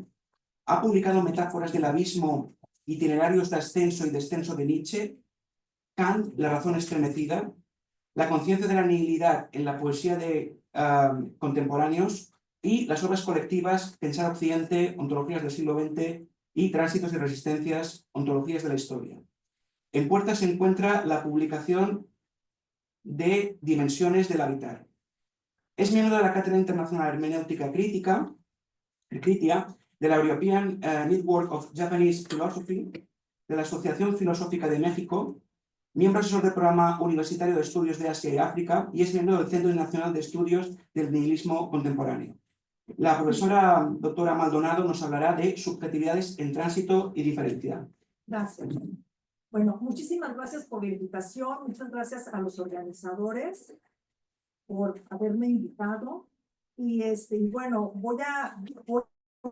no voy a leer la parte introductoria, no voy a ir directamente a las... ¿Sí? Cuando Foucault leyó el Nietzsche de Heidegger, se quedó muy impresionado por su lectura. Si trato de pensar lo que llamó su atención, pienso que es esta lectura de lo humano, el largo camino desde el son, legón, exón, el animal rationale, el hombre criatura de Dios, el ego cogito, res cogitas, res extensa, subjetividad trascendental, la subjetividad incondicionada, desplegada en la voluntad de voluntad como antropomorfismo consumado. Carlos Osorio afirma, de acuerdo a varios intérpretes, esa epocalidad del ser de que habla Heidegger reaparece en Foucault como las épocas en que se manifiesta que hay cierto orden de las cosas y el modo de ser de ese orden. El orden de las cosas, su modo de ser y el saber que se organiza sobre ellas es para Foucault un orden de la ratio. Heidegger abre un camino hacia un lugar donde en vez de imponer nos arroja en el acaecer del claro de la verdad, desde otros templos de ánimo que convocan a otro pensar y que daría lugar a otro nombrar fuera de la voluntad de voluntad. La voluntad de voluntad en el sentido de un siempre más. La voluntad de voluntad en el sentido de siempre poner en un puesto calculado. Heidegger convocaría a la liberación de los claros, a la liberación de las aperturas, donde acontece el libre acaecer de los entes humanos y no humanos, pero como acaecer de la verdad del ser. Heidegger lleva esa experiencia tras una dura confrontación con nuestro ser occidental de todos nosotros, con ese ser occidental que irrumpe en el claro y lo allana. El acaecer del claro es una experiencia. Ese lugar acaece de una manera muy reveladora en das Ereignis o el evento. Y puede ocurrir con estilos muy diversos, como cuando Nishitani habla del rey Samadhi, de los Samadhis, como realización de la apertura infinita, que es también un concepto de Heidegger, el concepto de apertura. El acontecer del claro en das Ereignis, ¿no? Es un texto de 1942 de Heidegger, es un texto que he estado trabajando, son textos que cuestan muchísimo trabajo. Y bueno, llevo como 15 años leyendo cada uno de esos textos, y ahorita estoy trabajando das Ereignis, ¿no? Entonces, como que es algo que bueno, les vengo a comunicar, ¿no? Lo que estoy haciendo ahorita. Entonces, bueno, el acontecer del claro en las Ereignis o el evento apropiado, ¿no? El evento o acontecimiento apropiador es inicial surgimiento y ocaso en el abismo. Es surgimiento y al mismo tiempo resguardo del oculto, con lo cual podemos ver cómo Heidegger ofrece una reinterpretación del dicho de Anaximandro y también de Heráclito. El ser es eventual, surgimiento y resguardo del oculto.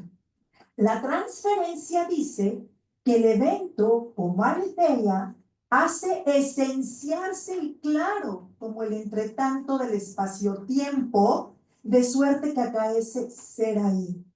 El evento es el esenciante ser ahí, y esa es transferencia.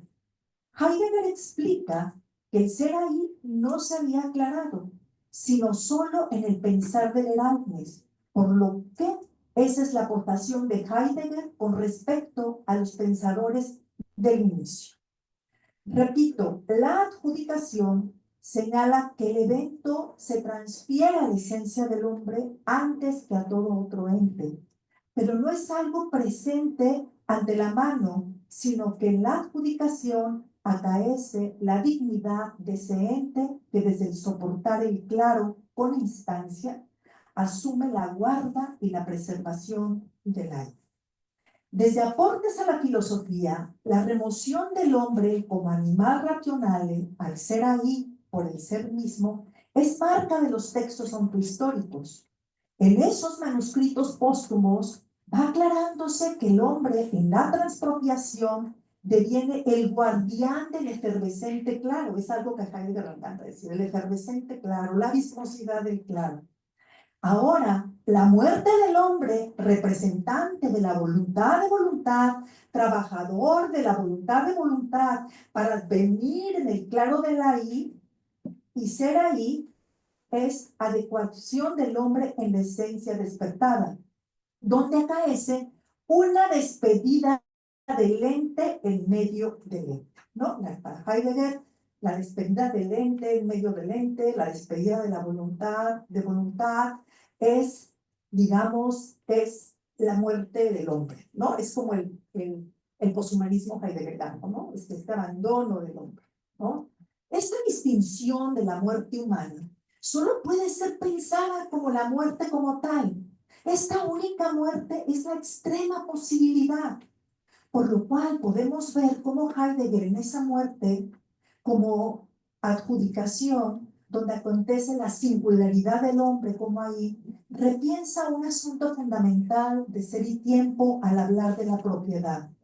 Solo desde esa adecuación, en el inicio, el hombre llega así, viene así, propio, deviene simismidad, deviene único. ¿Qué significa desde el pensar de la historia del ser la propiedad? Heinrich Heidegger, que solo acaecido en la verdad del ser, el hombre es hombre. Es experimentar en la adjudicación la verdad del ser como ley esencial. Si se puede hablar de mandato, solo es desde el comienzo, esto es, como transferencia del ser a la esencia del hombre. Y dicha transferencia como la responsabilidad de la respuesta, es decir, como la responsabilidad de preparar la palabra del lenguaje como reivindicación del evento. Para Heidegger, solo en el pensar de la historia del ser, se aclara lo impensado en la definición de lo humano como animal que habla. Para Heidegger es quien habla desde la respuesta a la escucha del ser. La responsabilidad no atañe a la moral, sino atañe a la respuesta como palabra del lenguaje en réplica a la palabra del ser. Es decir, es la respuesta como palabra del ser que hace eco en el hombre. La palabra es correspondencia a la palabra del ser.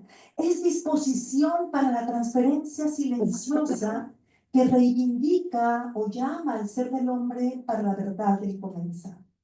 Así, corresponder al ser es el rasgo del hablar, desde donde surge el hombre histórico, desde donde se despliega el decir pensante, el nombrar poético. La respuesta es la contrapalabra humana del lenguaje a la voz, del lenguaje a la voz del ser.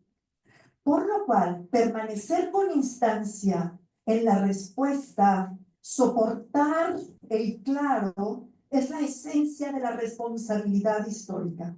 Este sostenerse en la muerte, este sostenerse en el dolor, ¿no? Que es lo que he estado hablando un poco. Este detenerse es la esencia acaecida de la propiedad. Podemos decir, el ser se da como respuesta a la palabra inicial del ser, desde el ser transferidos al ser. Solo en el sentido de responder y corresponder al ser del hombre es un quién en el sentido de una mismidad y deviene un sí mismo como referencia al ser y su verdad. La voz dispone en tanto haya apropiación de la esencia humana a la verdad del ser, y solo desde ahí aparece esa disposición, ese temple de ánimo en todas las actitudes y en todos los comportamientos. En tanto haya apropiación de la esencia humana, hay disposición. La disposición no es un estado sentimental, sino el evento de la palabra, apropiación de la esencia humana, e inicialmente es silenciosa. Inicialmente no tiene un significado, inicialmente no tiene un sentido, inicialmente es disposición, es templamiento, es claro del ser que se adquiere. La falta de lenguaje, Sprachlosigkeit, es un signo de que la esencia acaeciente de la disposición y la palabra pueden abrirse en su inicial pertenencia. Es decir, si somos capaces de pensar desde la verdad del ser. Como vemos, pensar desde la verdad del ser permite pensar que la falta de lenguaje es el inicio del abrirse de la disposición y de la palabra, el inicial pertenencia. La tensión al ser es extraña, piensa Heidegger. De la misma manera como es extraña la falta de lenguaje que se intenta superar en todo momento, porque no queremos ser afectados por la falta de lenguaje que permitiría la atención al ser y la escucha. Heidegger finalmente hace del evento el evento de la voz inicial. El evento apropiador es la voz inicial que determina la esencia del hombre histórico, cuya esencia es determinada en sus actitudes y comportamientos por esta voz. En estas líneas parecemos estar lejos de la consolidación de la esencia humana como animal racional y en la copertenencia de la entidad con la corrección del representar desde el cálculo que impiden pensar la esencia eventual de la palabra. Ha sido iluminador observar en las Ereignis paso a paso la manera en que Heidegger ejecuta la Quere desde la experiencia de la transferencia al ser y avista el advenir de la palabra desde la disposición como voz del ser. El ser ahí, dice, es la localidad de su propia esencia que se nos desoculta cuando experimentamos originalmente la verdad del ser como el ser de la verdad. Esta es la distinción de la esencia humana. Una vez que abandonamos al animal racional y al ego cogito, la pertenencia a la verdad del ser en el evento apropiador. En ello se oculta la ley o mandato de que todos los rasgos esenciales de la esencia humana han de ser experimentados y considerados desde la referencia esencial al ser. Y el primer rasgo a considerar de la esencia humana desde la referencia a ser es la muerte. Heidegger piensa que la muerte es en la referencia a ser la posibilidad más extrema y en tal referencia a la muerte no es oposición a la vida, sino la despedida hacia el abismo, ingreso al abismo, la despedida en la instancia del ser ahí y cercanía al claro del ser. Devastamos lo abismal cuando quisiéramos calcular con el pensamiento, por ejemplo, una vida después de la muerte, todo esto que se estuvo hablando.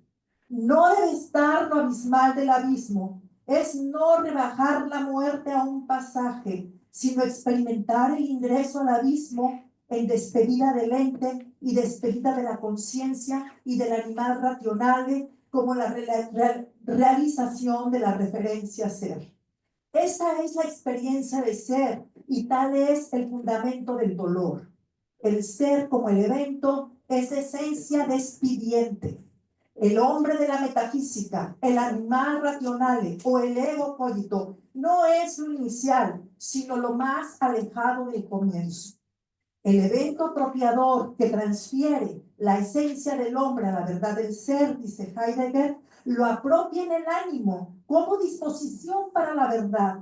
Esta disposición para la verdad es la nobleza de la pobreza.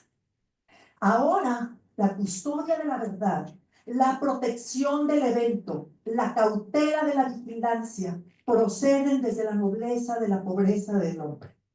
Si Heidegger dice que en la historia del ser, el hombre es reivindicado en su esencia por el ser, para responder a esta reivindicación en el modo de la verdad del ser o en los modos del abrigo de la verdad, como es la poesía, el arte, el pensamiento, en esta distinción del hombre como asignado por el ser, perteneciente a ser, y de ahí como guarda del ser y protector del claro, el ente desde dicha guarda, nunca es un objeto del representar.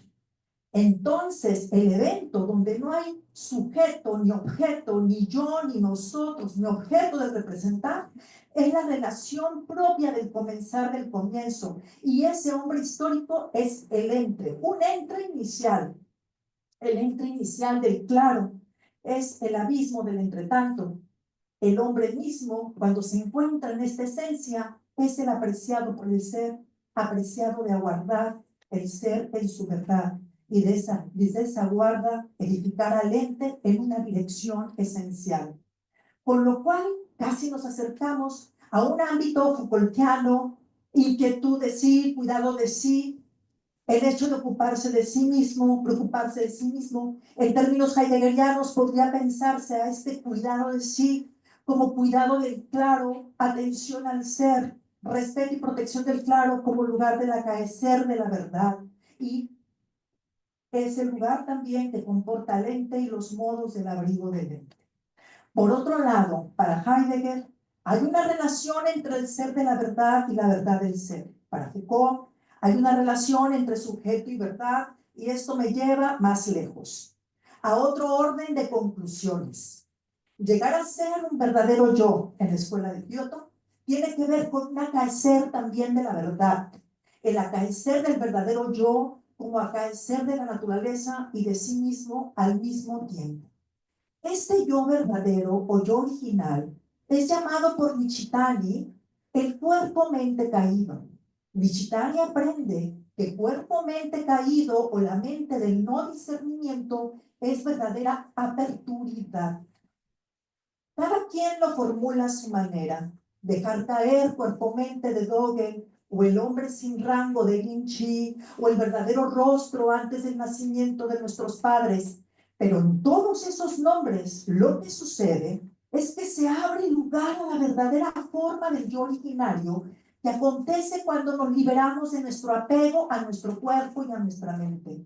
Significa entonces que nuestra verdadera mente, una vez despojada de los obstáculos, se pone al descubierto como apertura extática y hace posible realizar cada acto desde esa apertura.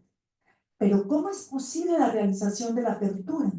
Para Dogen y Liu Xin, solo desde el Zazen, con solo sentarse, el cuerpo-mente viene a dejarse caer.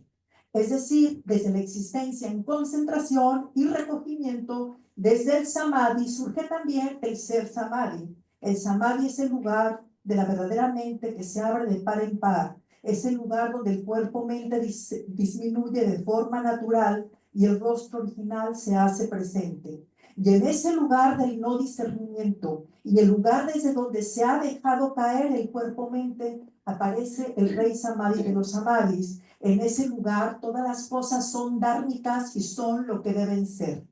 En el Hei Hei Koroku de Dogen leemos: cada mañana el sol se levanta por el este, cada noche la luna desciende por el oeste, las nubes se disipan, la montaña desnuda sus huesos, la lluvia cesa, las colinas circundantes son bajas.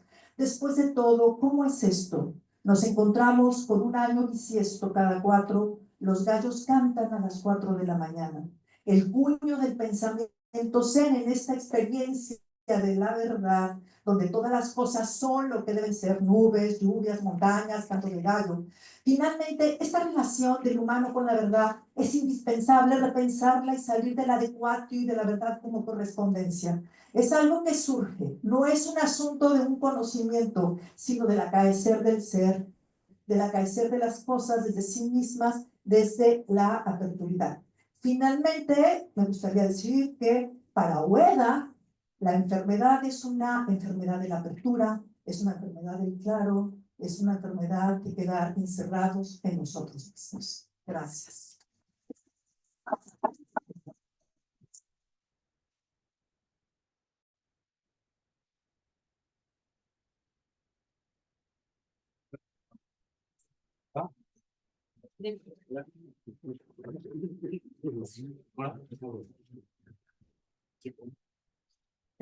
Muchas gracias, profesora.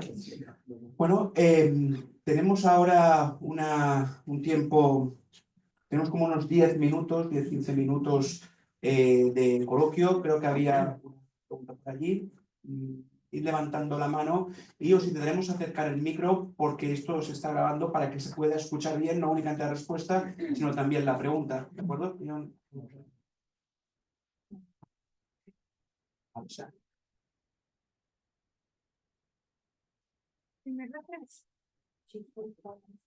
Primero para...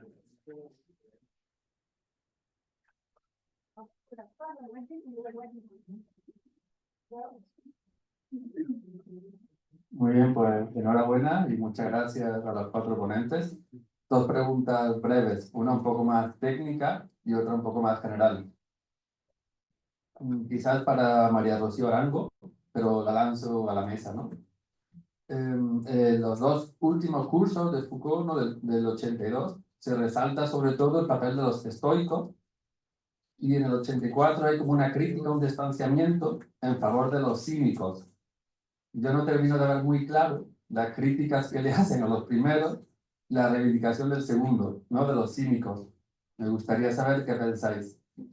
Y en segundo lugar, claro, todo el tema del cuidado de sí, yo creo que al final es en realidad una teoría de la virtud, al menos tal y como lo entienden los clásicos. Y si yo no, vamos, si no me he perdido nada, creo que no se ha mencionado ese concepto que para mí es fundamental, virtud. Entonces quería saber también cuál es vuestra opinión sobre ese punto. Muchas gracias.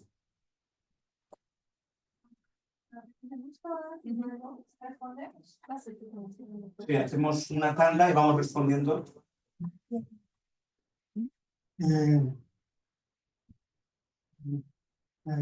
Joan, me ha interesado mucho todo lo que planteas. más ligado a lo que acabo de oír, esta información me parece absolutamente clave, que esta unión de filosofía y análisis de riesgos, ¿no? Catástrofes. Este es uno de los problemas más relevantes que hay planteado. Bueno, respecto al transhumanismo, quería conocer exactamente cuál es tu posición, puesto que, digamos, de entrada, pues todos somos muy críticos con todo este tecnologismo tanto naif, especialmente los manifiestos primeros de los transhumanistas, con las esperanzas puestas, ¿no? Bien a través de la vía biológica, ingeniería genética, bien a través de la vía cibernética, ¿no? De la computación, en una inmortalidad, ¿no? Pensando que la inteligencia podría proyectarse en un programa informático y ese sería nuestro yo, ¿no? Entonces, a partir de ahí se podría autorreplicar y ahí estaría una vía de inmortalidad, no solo la vía biológica. Entonces, se abriría un horizonte de evolución no de la vida no biológica.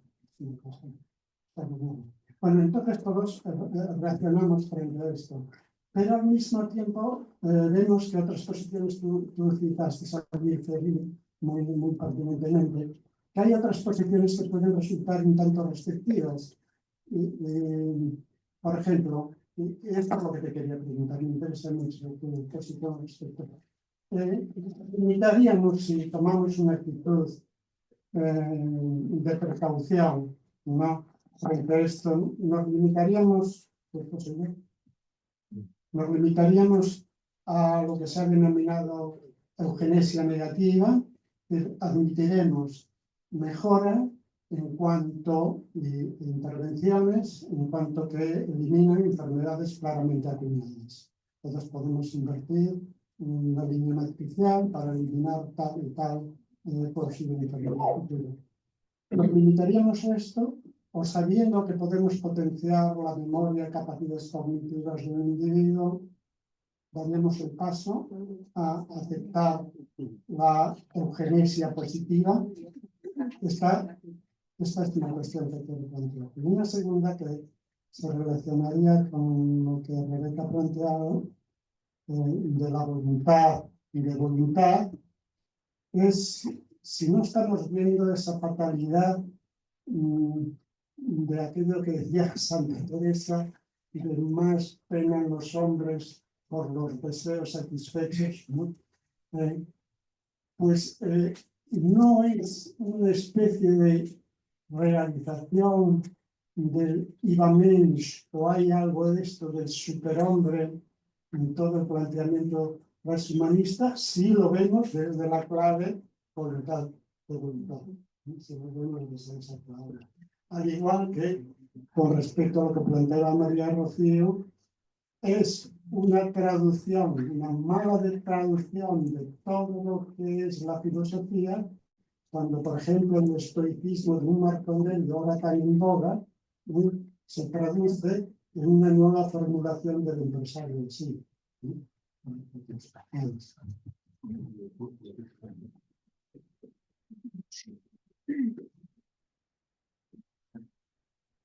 Vale.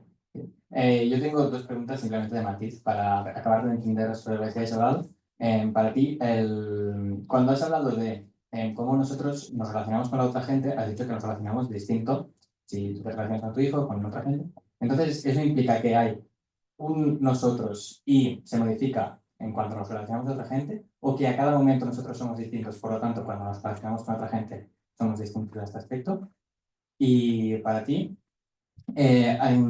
corrígeme si me equivoco, creo que has dicho que el amor romántico solo puede ser monogámico, y si es así, ¿por qué?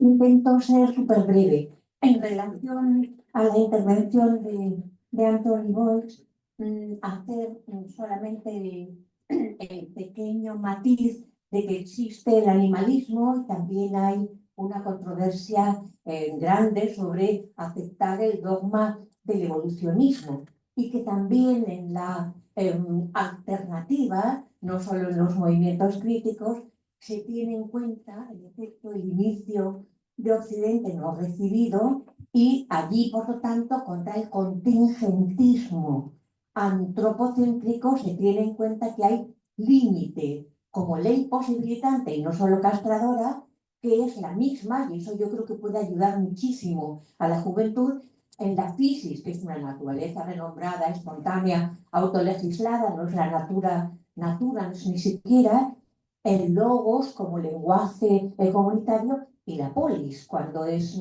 constitucional. Entonces, opino que todo eso puede dar no creencia, sino racionalidad fundada de confianza, ¿no? En relación a la intervención de María Rocío, las dos reflexiones se me ocurrían, sobre todo,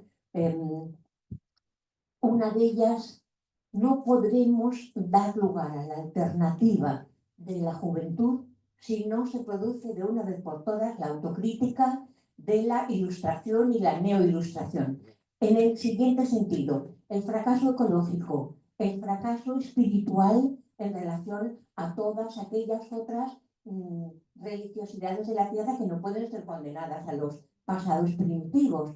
Al mismo tiempo, el vínculo que tiene que indagarse de una vez por todas entre modernidad y capitalismo y la subordinación sistemática de la voluntad de verdad por parte de la modernidad a la voluntad de poder. De tal manera que si entonces se dan tecnocracias del capitalismo ilimitado de consumo, que además es belicista, no se podrá decir a la juventud que precisamente es tecnológica que omita esto, sino instancias de resistencia y desde luego no de censura, y esperar que sí haya modos de tecnología joven y protagonizada por ellos que den lugar a que se transforme el inmundo.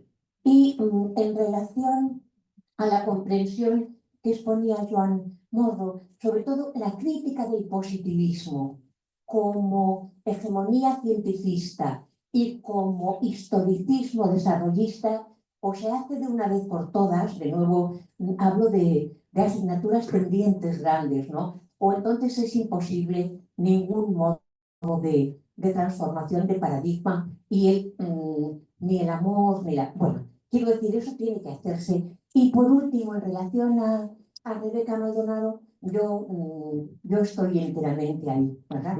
La izquierda, claro, la izquierda heideggeriana y la recepción, también que nos demos cuenta de que Rebeca es en fin, estas cosas da vergüenza decirlas, pero la máxima representante, ella y su escuela, de la recepción de Heidegger en Japón. Y claro, esto es hablar ya de lo sagrado, indisponible, Y en relación a Foucault, desde luego, sin la crítica de Heidegger a la metafísica como apertura de la ontología de un hombre que permite que se dé el claro, la lictum como espacio simultáneo. No puedo seguir porque he dicho que tendrá que ser breve, pero sin Heidegger, sin Nietzsche y sin Heidegger, y la crítica a la metafísica antropocéntrica, no hay Foucault.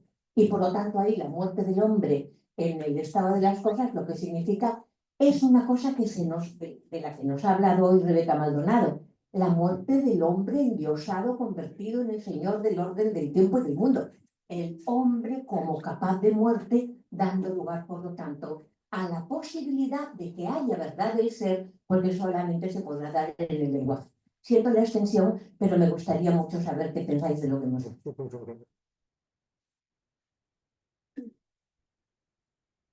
Bueno, voy a intentar responder a las que se me han interpelado como director en directa. A ver, respecto a la cuestión del transhumanismo, a mí personalmente no me gusta. Lo que pasa es que creo que es absolutamente irrelevante que me guste o no me guste. Por cómo entiendo yo la filosofía, pues muy bien, Platón dedicaba el grueso de sus textos a los sofistas, Spinoza a los teólogos, Marx a los economistas. Es decir, no me gusta, pero veo que es algo que está presente cada vez más y que está realmente afectando no al presente, sino, lo digo más talesianamente, sino al porvenir. Es decir, cuando yo veo la existencia, por decirlo así, la existencia haciéndose, digo, esto lo está comiendo todo, incluso lo que decía, ¿no? Lo que empezó como ciencia ficción, después se hace un manifiesto entre grandes filósofos, ahora tenemos algunos promotores en el gobierno, con lo cual yo creo que es interesante tenerlo presente. Ahora, como filósofo, ya no a nivel personal, a mí me parece que estará condenado a fracasar. Le voy a decir por qué, en qué aspecto. Yo considero que el transhumanismo fundamentalmente es utópico. Es utópico, no ya únicamente positivista, es que es utópico. Pero es que, por la misma razón que lo mejor del socialismo, por ejemplo, fracasó, o lo que ha fracasado del proceso del socialismo, por excesivamente utópico. ¿Qué quiero decir? Un problema que yo veo precisamente en los transhumanistas es su propia concepción de la antropología. Por ejemplo, un transhumanista no diferencia entre homínido y humano. De entrada ya no entiende Aristóteles. Es decir, la cuestión del acción político no es contemplada. Entonces, en el momento que entendemos al ser humano como un sistema nervioso, lo estamos entendiendo de forma atómica, no desde el punto de vista relacional. Por lo cual, la comunidad no existe desde el punto de vista transhumanista. La comunidad es un flujo, es un conjunto de átomos. Y a mi juicio, allí es donde les están metiendo, como siento, tiene que salir Aristóteles también, el topos, que implica la experiencia. Claro, ¿qué pasa? Pues que efectivamente, aquí se mencionaba la virtud. Es imposible una ética proveniente de una ética de la virtud desde el planteamiento transhumanista, básicamente porque se concibe que actuar correctamente es actuar calculando. Es decir, no aquella acción ejemplar para la comunidad. ¿Qué comunidad? Si no hay comunidad desde el punto de vista transhumanista. Lo que hay es un dolor interno y una tecnología que me permite solventarlo sin ningún tipo de remordimiento. Entonces, para adelante, soy un Robocop. Desde el punto de vista de la eficacia de la explotación capitalista va muy bien. Que esto se vaya a utilizar también en la guerra, como se hablaba esta mañana, ¿no? Por supuesto, y estará. Lo que pasa es que yo creo, bueno, quizás esto es un poco la esperanza, ¿no? Que no acabará cojando por estas cuestiones. Bueno, responder a la cuestión, a ver, yo decía que cuando hablaba del amor romántico me especificaba y por eso he querido diferenciarlo de otros tipos de etiquetas que se podría hacer. Hablo propiamente de este amor que se desarrolla sobre todo a partir de un tipo de novelas, de cines, en un contexto muy concreto. Podríamos aquí hablar de autores, Luhmann, por ejemplo, habla muy bien, Eva Illouz habla también muy bien. Vamos a ver, la cuestión es que este amor romántico precisamente entiende la monogamia en cierto modo como tragedia. ¿Por qué? Pues porque sufro con el otro y ese otro pues resulta que se ha establecido una relación contractual, es decir, dentro de una sociedad capitalista, industrializada, avanzada, en la que la otra persona y yo en principio tenemos unos mismos derechos. Esto puede ser motivo de alegría o de desgracia. De mismo modo, también esa persona que tiene delante, pues también puede trabajar, se puede emancipar, puede abortar, igual que la otra persona pues resulta que tiene una serie de compromisos legales. Entonces, estas circunstancias que son probablemente históricas y además muy, muy recientes, pues ha generado todo un tipo de relaciones evidentemente no ideales, pero que en términos de dispositivo, en términos de tratamiento, por ser más específico, pues en el largo siglo XX pues, ha tenido una serie de desarrollos, como decía, un determinado tipo de terapia, un determinado tipo digamos, de catarsis incluso, ¿no? Y respecto a esto, también la cuestión de la monogamia, es que una cosa que tiene también la cuestión esta del amor burgués, es precisamente, o este amor burgués, monógamo, es la cuestión de la fantasía, la cuestión de la relación extraconyugal es fundamental de este tipo de amor.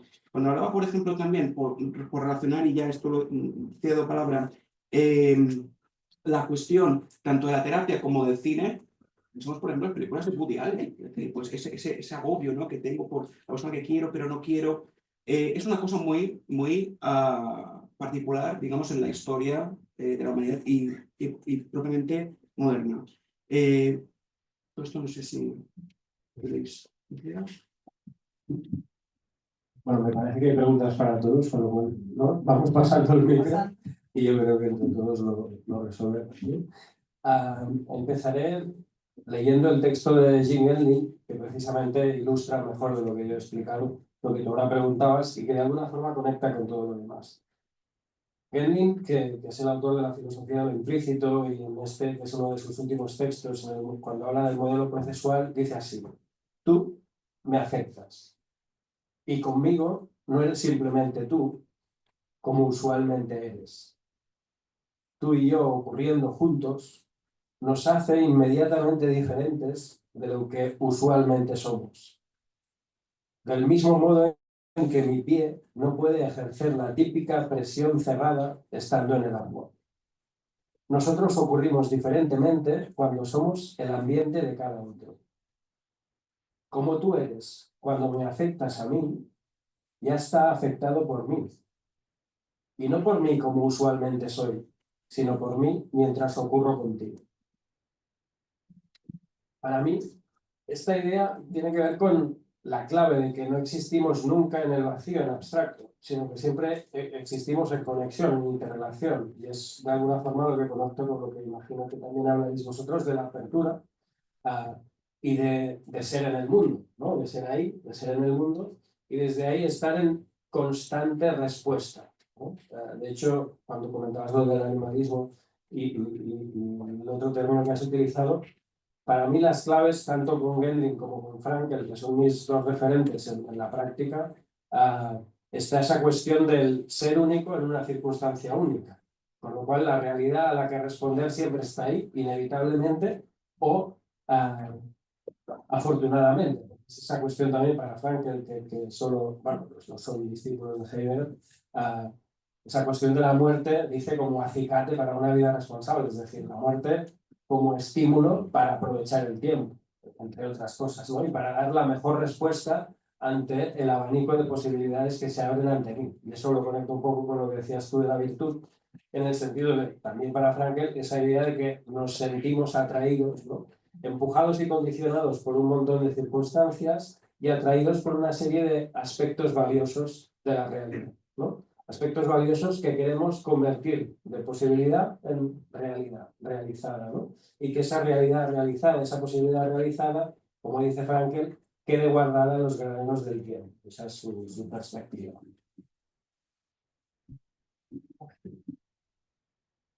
Realmente estoy de acuerdo. Creo que recordé a Paul Virilio, ese maravilloso urbanista francés, que hablaba de los tres momentos, como de las tres revoluciones, y cada una como nos va trayendo consigo su accidente, según él. Y conectando contigo como con la famosa revolución de los trasplantes. Pues hoy estamos en la revolución de los trasplantes, ya las transmisiones acabamos, la de los transportes prácticamente también. Entonces creo que estamos como llamados a pensar cuál es ese accidente, ¿verdad?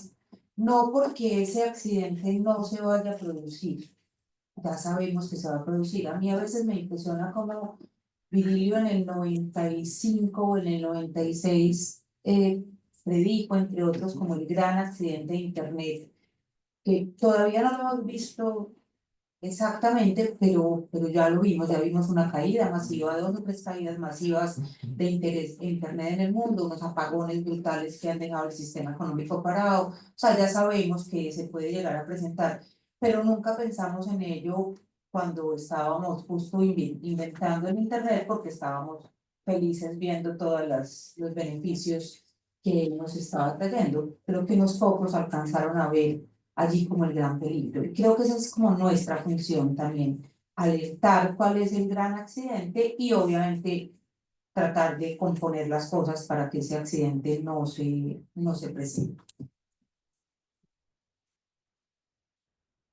Yo no soy capaz de responder sobre la virtud, porque lo único que me pregunto siempre es ¿qué es? ¿Ya? O sea, ¿qué es la virtud? Porque cada época va defendiendo, va definiendo aquello que considera que es virtuoso, aquello que es bueno, que es bello, que es justo. Y yo no sé si estamos justamente en un tiempo donde estamos cambiando la definición de lo que es virtud, de lo que consideramos bueno, de lo que consideramos bello, de lo que consideramos justo. Y creo que lo que estamos es como peleando entre varios sistemas virtuosos, unos defendiendo tal vez unos modelos más arcaicos, sin tecnologías, sin computadores, yo conozco un gentío que está diciendo, yo no uso computadores, yo ahora no uso la inteligencia artificial, no entro al chat GPT, prohibámosla en las escuelas, todo lo demás. Otros que dicen, acojámosla tranquilamente. Bueno, creo que ni lo uno ni lo otro, sino que hay que buscar un modo de entender estas nuevas tecnologías y esta nueva vigilancia. Y creo que por eso es que yo hablaba de las microresistencias como opción, porque yo creo que resistirse a los aparatos de vigilancia, resistirse a la economía de la intención, resistirse a todo esto que hace parte de nuestra vida cotidiana es imposible. Pero creo que escoger causas por las cuales resistirse nos hace conscientes de lo humano que somos. O sea, creo que es una forma de cuidar de nosotros y de los demás. Y porque además creo que Foucault no lo enseñó, al menos es parte de como esos aprendizajes vitales que yo tengo de haber estudiado a Foucault, de que el poder es productivo y reproductivo. Entonces, tan pronto encontramos una resistencia o una salida al ejercicio del poder, el poder vuelve y se apodera de esta salida y la retoma como algo fuerte. Entonces es algo de lo que no podríamos necesariamente escapar, pero que tenemos pequeñas líneas de fuga que a mí me gusta pensar. Esta, por ejemplo, esto de un acompañamiento espiritual, un acompañamiento del otro ahí. Me parece que es una línea hermosa de, como de fuga y de resistencia a las imposiciones de un mundo que nos dicen cómo debemos vivir. Incluso dándonos que es el peligro del cuidado de sí, pues leemos ahora a Marco Aurelio para ser más productivos, para ser más rentables, para que es una locura, o leemos a los cínicos justamente para eso, llenamos reels de internet y de Instagram dando consejos de cómo ser más estoicos, mejores personas, pero no con la finalidad de educar y ser mejores o ser felices, sino realmente como ser más productivos. Entonces ahí es donde yo veo que el mundo contemporáneo todavía no alcanza a encontrar la salida. Voy a dejar aquí a nuestra maestra. Perdona, de la primera puedes decirme algo que es la que más me interesa, porque es la que quiero aprender realmente. El cambio del curso del 82 al 84 y la crítica de los estoicos. La verdad, no. En Vale. este instante, Vale. si me das hasta mañana, sí, porque me quedé como en blanco por un momento. Gracias. Hola, bueno, voy a contestar así caótico, ¿vale? Por ejemplo, para tu pregunta, esto de la virtud, ¿no? A mí me sorprendió mucho estar leyendo Das Ereignis, ¿no? Y de pronto ver que Heidegger decía, es del inicio donde proviene todo bien, ¿no? Entonces, es decir, este lugar donde que no ha sido expoliado, ¿no? Este lugar donde hay este juego de ocultamiento y desocultamiento, es ahí donde surge todo bien, ¿no? Y entonces, por eso el inicio, o sea, ir a los pensadores del inicio para Heidegger era imprescindible. Yo por eso en mi próximo curso lo voy a dedicar a los pensadores del inicio, porque de eso depende volver a pensar fuera de la voluntad de voluntad, porque nuestro concepto de physis ya está muy trucado, o sea, creo, ¿sí? Entonces, por eso, solamente con el concepto de voluntad tal como lo piensa Heidegger, podemos entender feminicidio, ecocidio y todas estas cosas horribles, trata de personas que asolan Latinoamérica, ¿sí me entienden? Porque necesitamos volver a pensar el physis urgentemente, ¿sí? El Heráclito de Heidegger, bueno, que a mí me ayudó mucho, pensar un poco. Y por otro lado, creo que el concepto de diferencia es muy importante. En medio de lo calculable, acaece lo incalculable. O sea, es que eso no se nos puede olvidar, ¿sí? O sea, cuando decimos todo es calculable, es que estamos cayendo en un juego terrible, ¿sí? Siempre hay es el acontecimiento de la diferencia, ¿sí? Entonces, yo creo que esto Heidegger dice, bueno, ¿cómo acaece eso? La incomodidad, el cansancio. Lo que no soporta la voluntad de voluntad es el cansancio. Es decir, que ya no, esa cosa de ya no más, esto no lo soporta la voluntad de voluntad, ¿sí?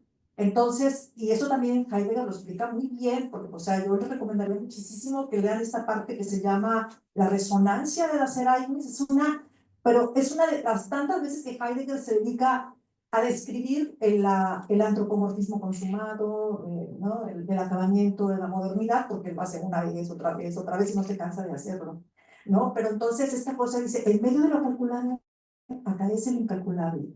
Y cuando se dice, ¿cómo se llama? Esto no cae dentro de la cuenta o dentro del número, dice, pues, ¿qué está pasando? Está presintiendo que existe lo que no se puede calcular, ¿no? Entonces, todo se quisiera en una cifra, pero porque presenten lo que no es indescifrable. Entonces, tenemos que estar alertas a esto, ¿sí? Que escapa. Y lo mismo con los otros. No te pases, o sea, no es de tu propiedad, ¿sí? Ni tu amigo, ni tu esposo, ni tu colega, ni tu nada. No tienes por qué allanar a otro. ¿Sí? Entonces no tengo por qué saber todo, ni tengo que averiguarlo todo, ¿sí me entiende? Es esto, dejar este juego de ocultamiento, de desocultamiento, ¿sí? Dejarlo libre, liberarnos claros, ¿no?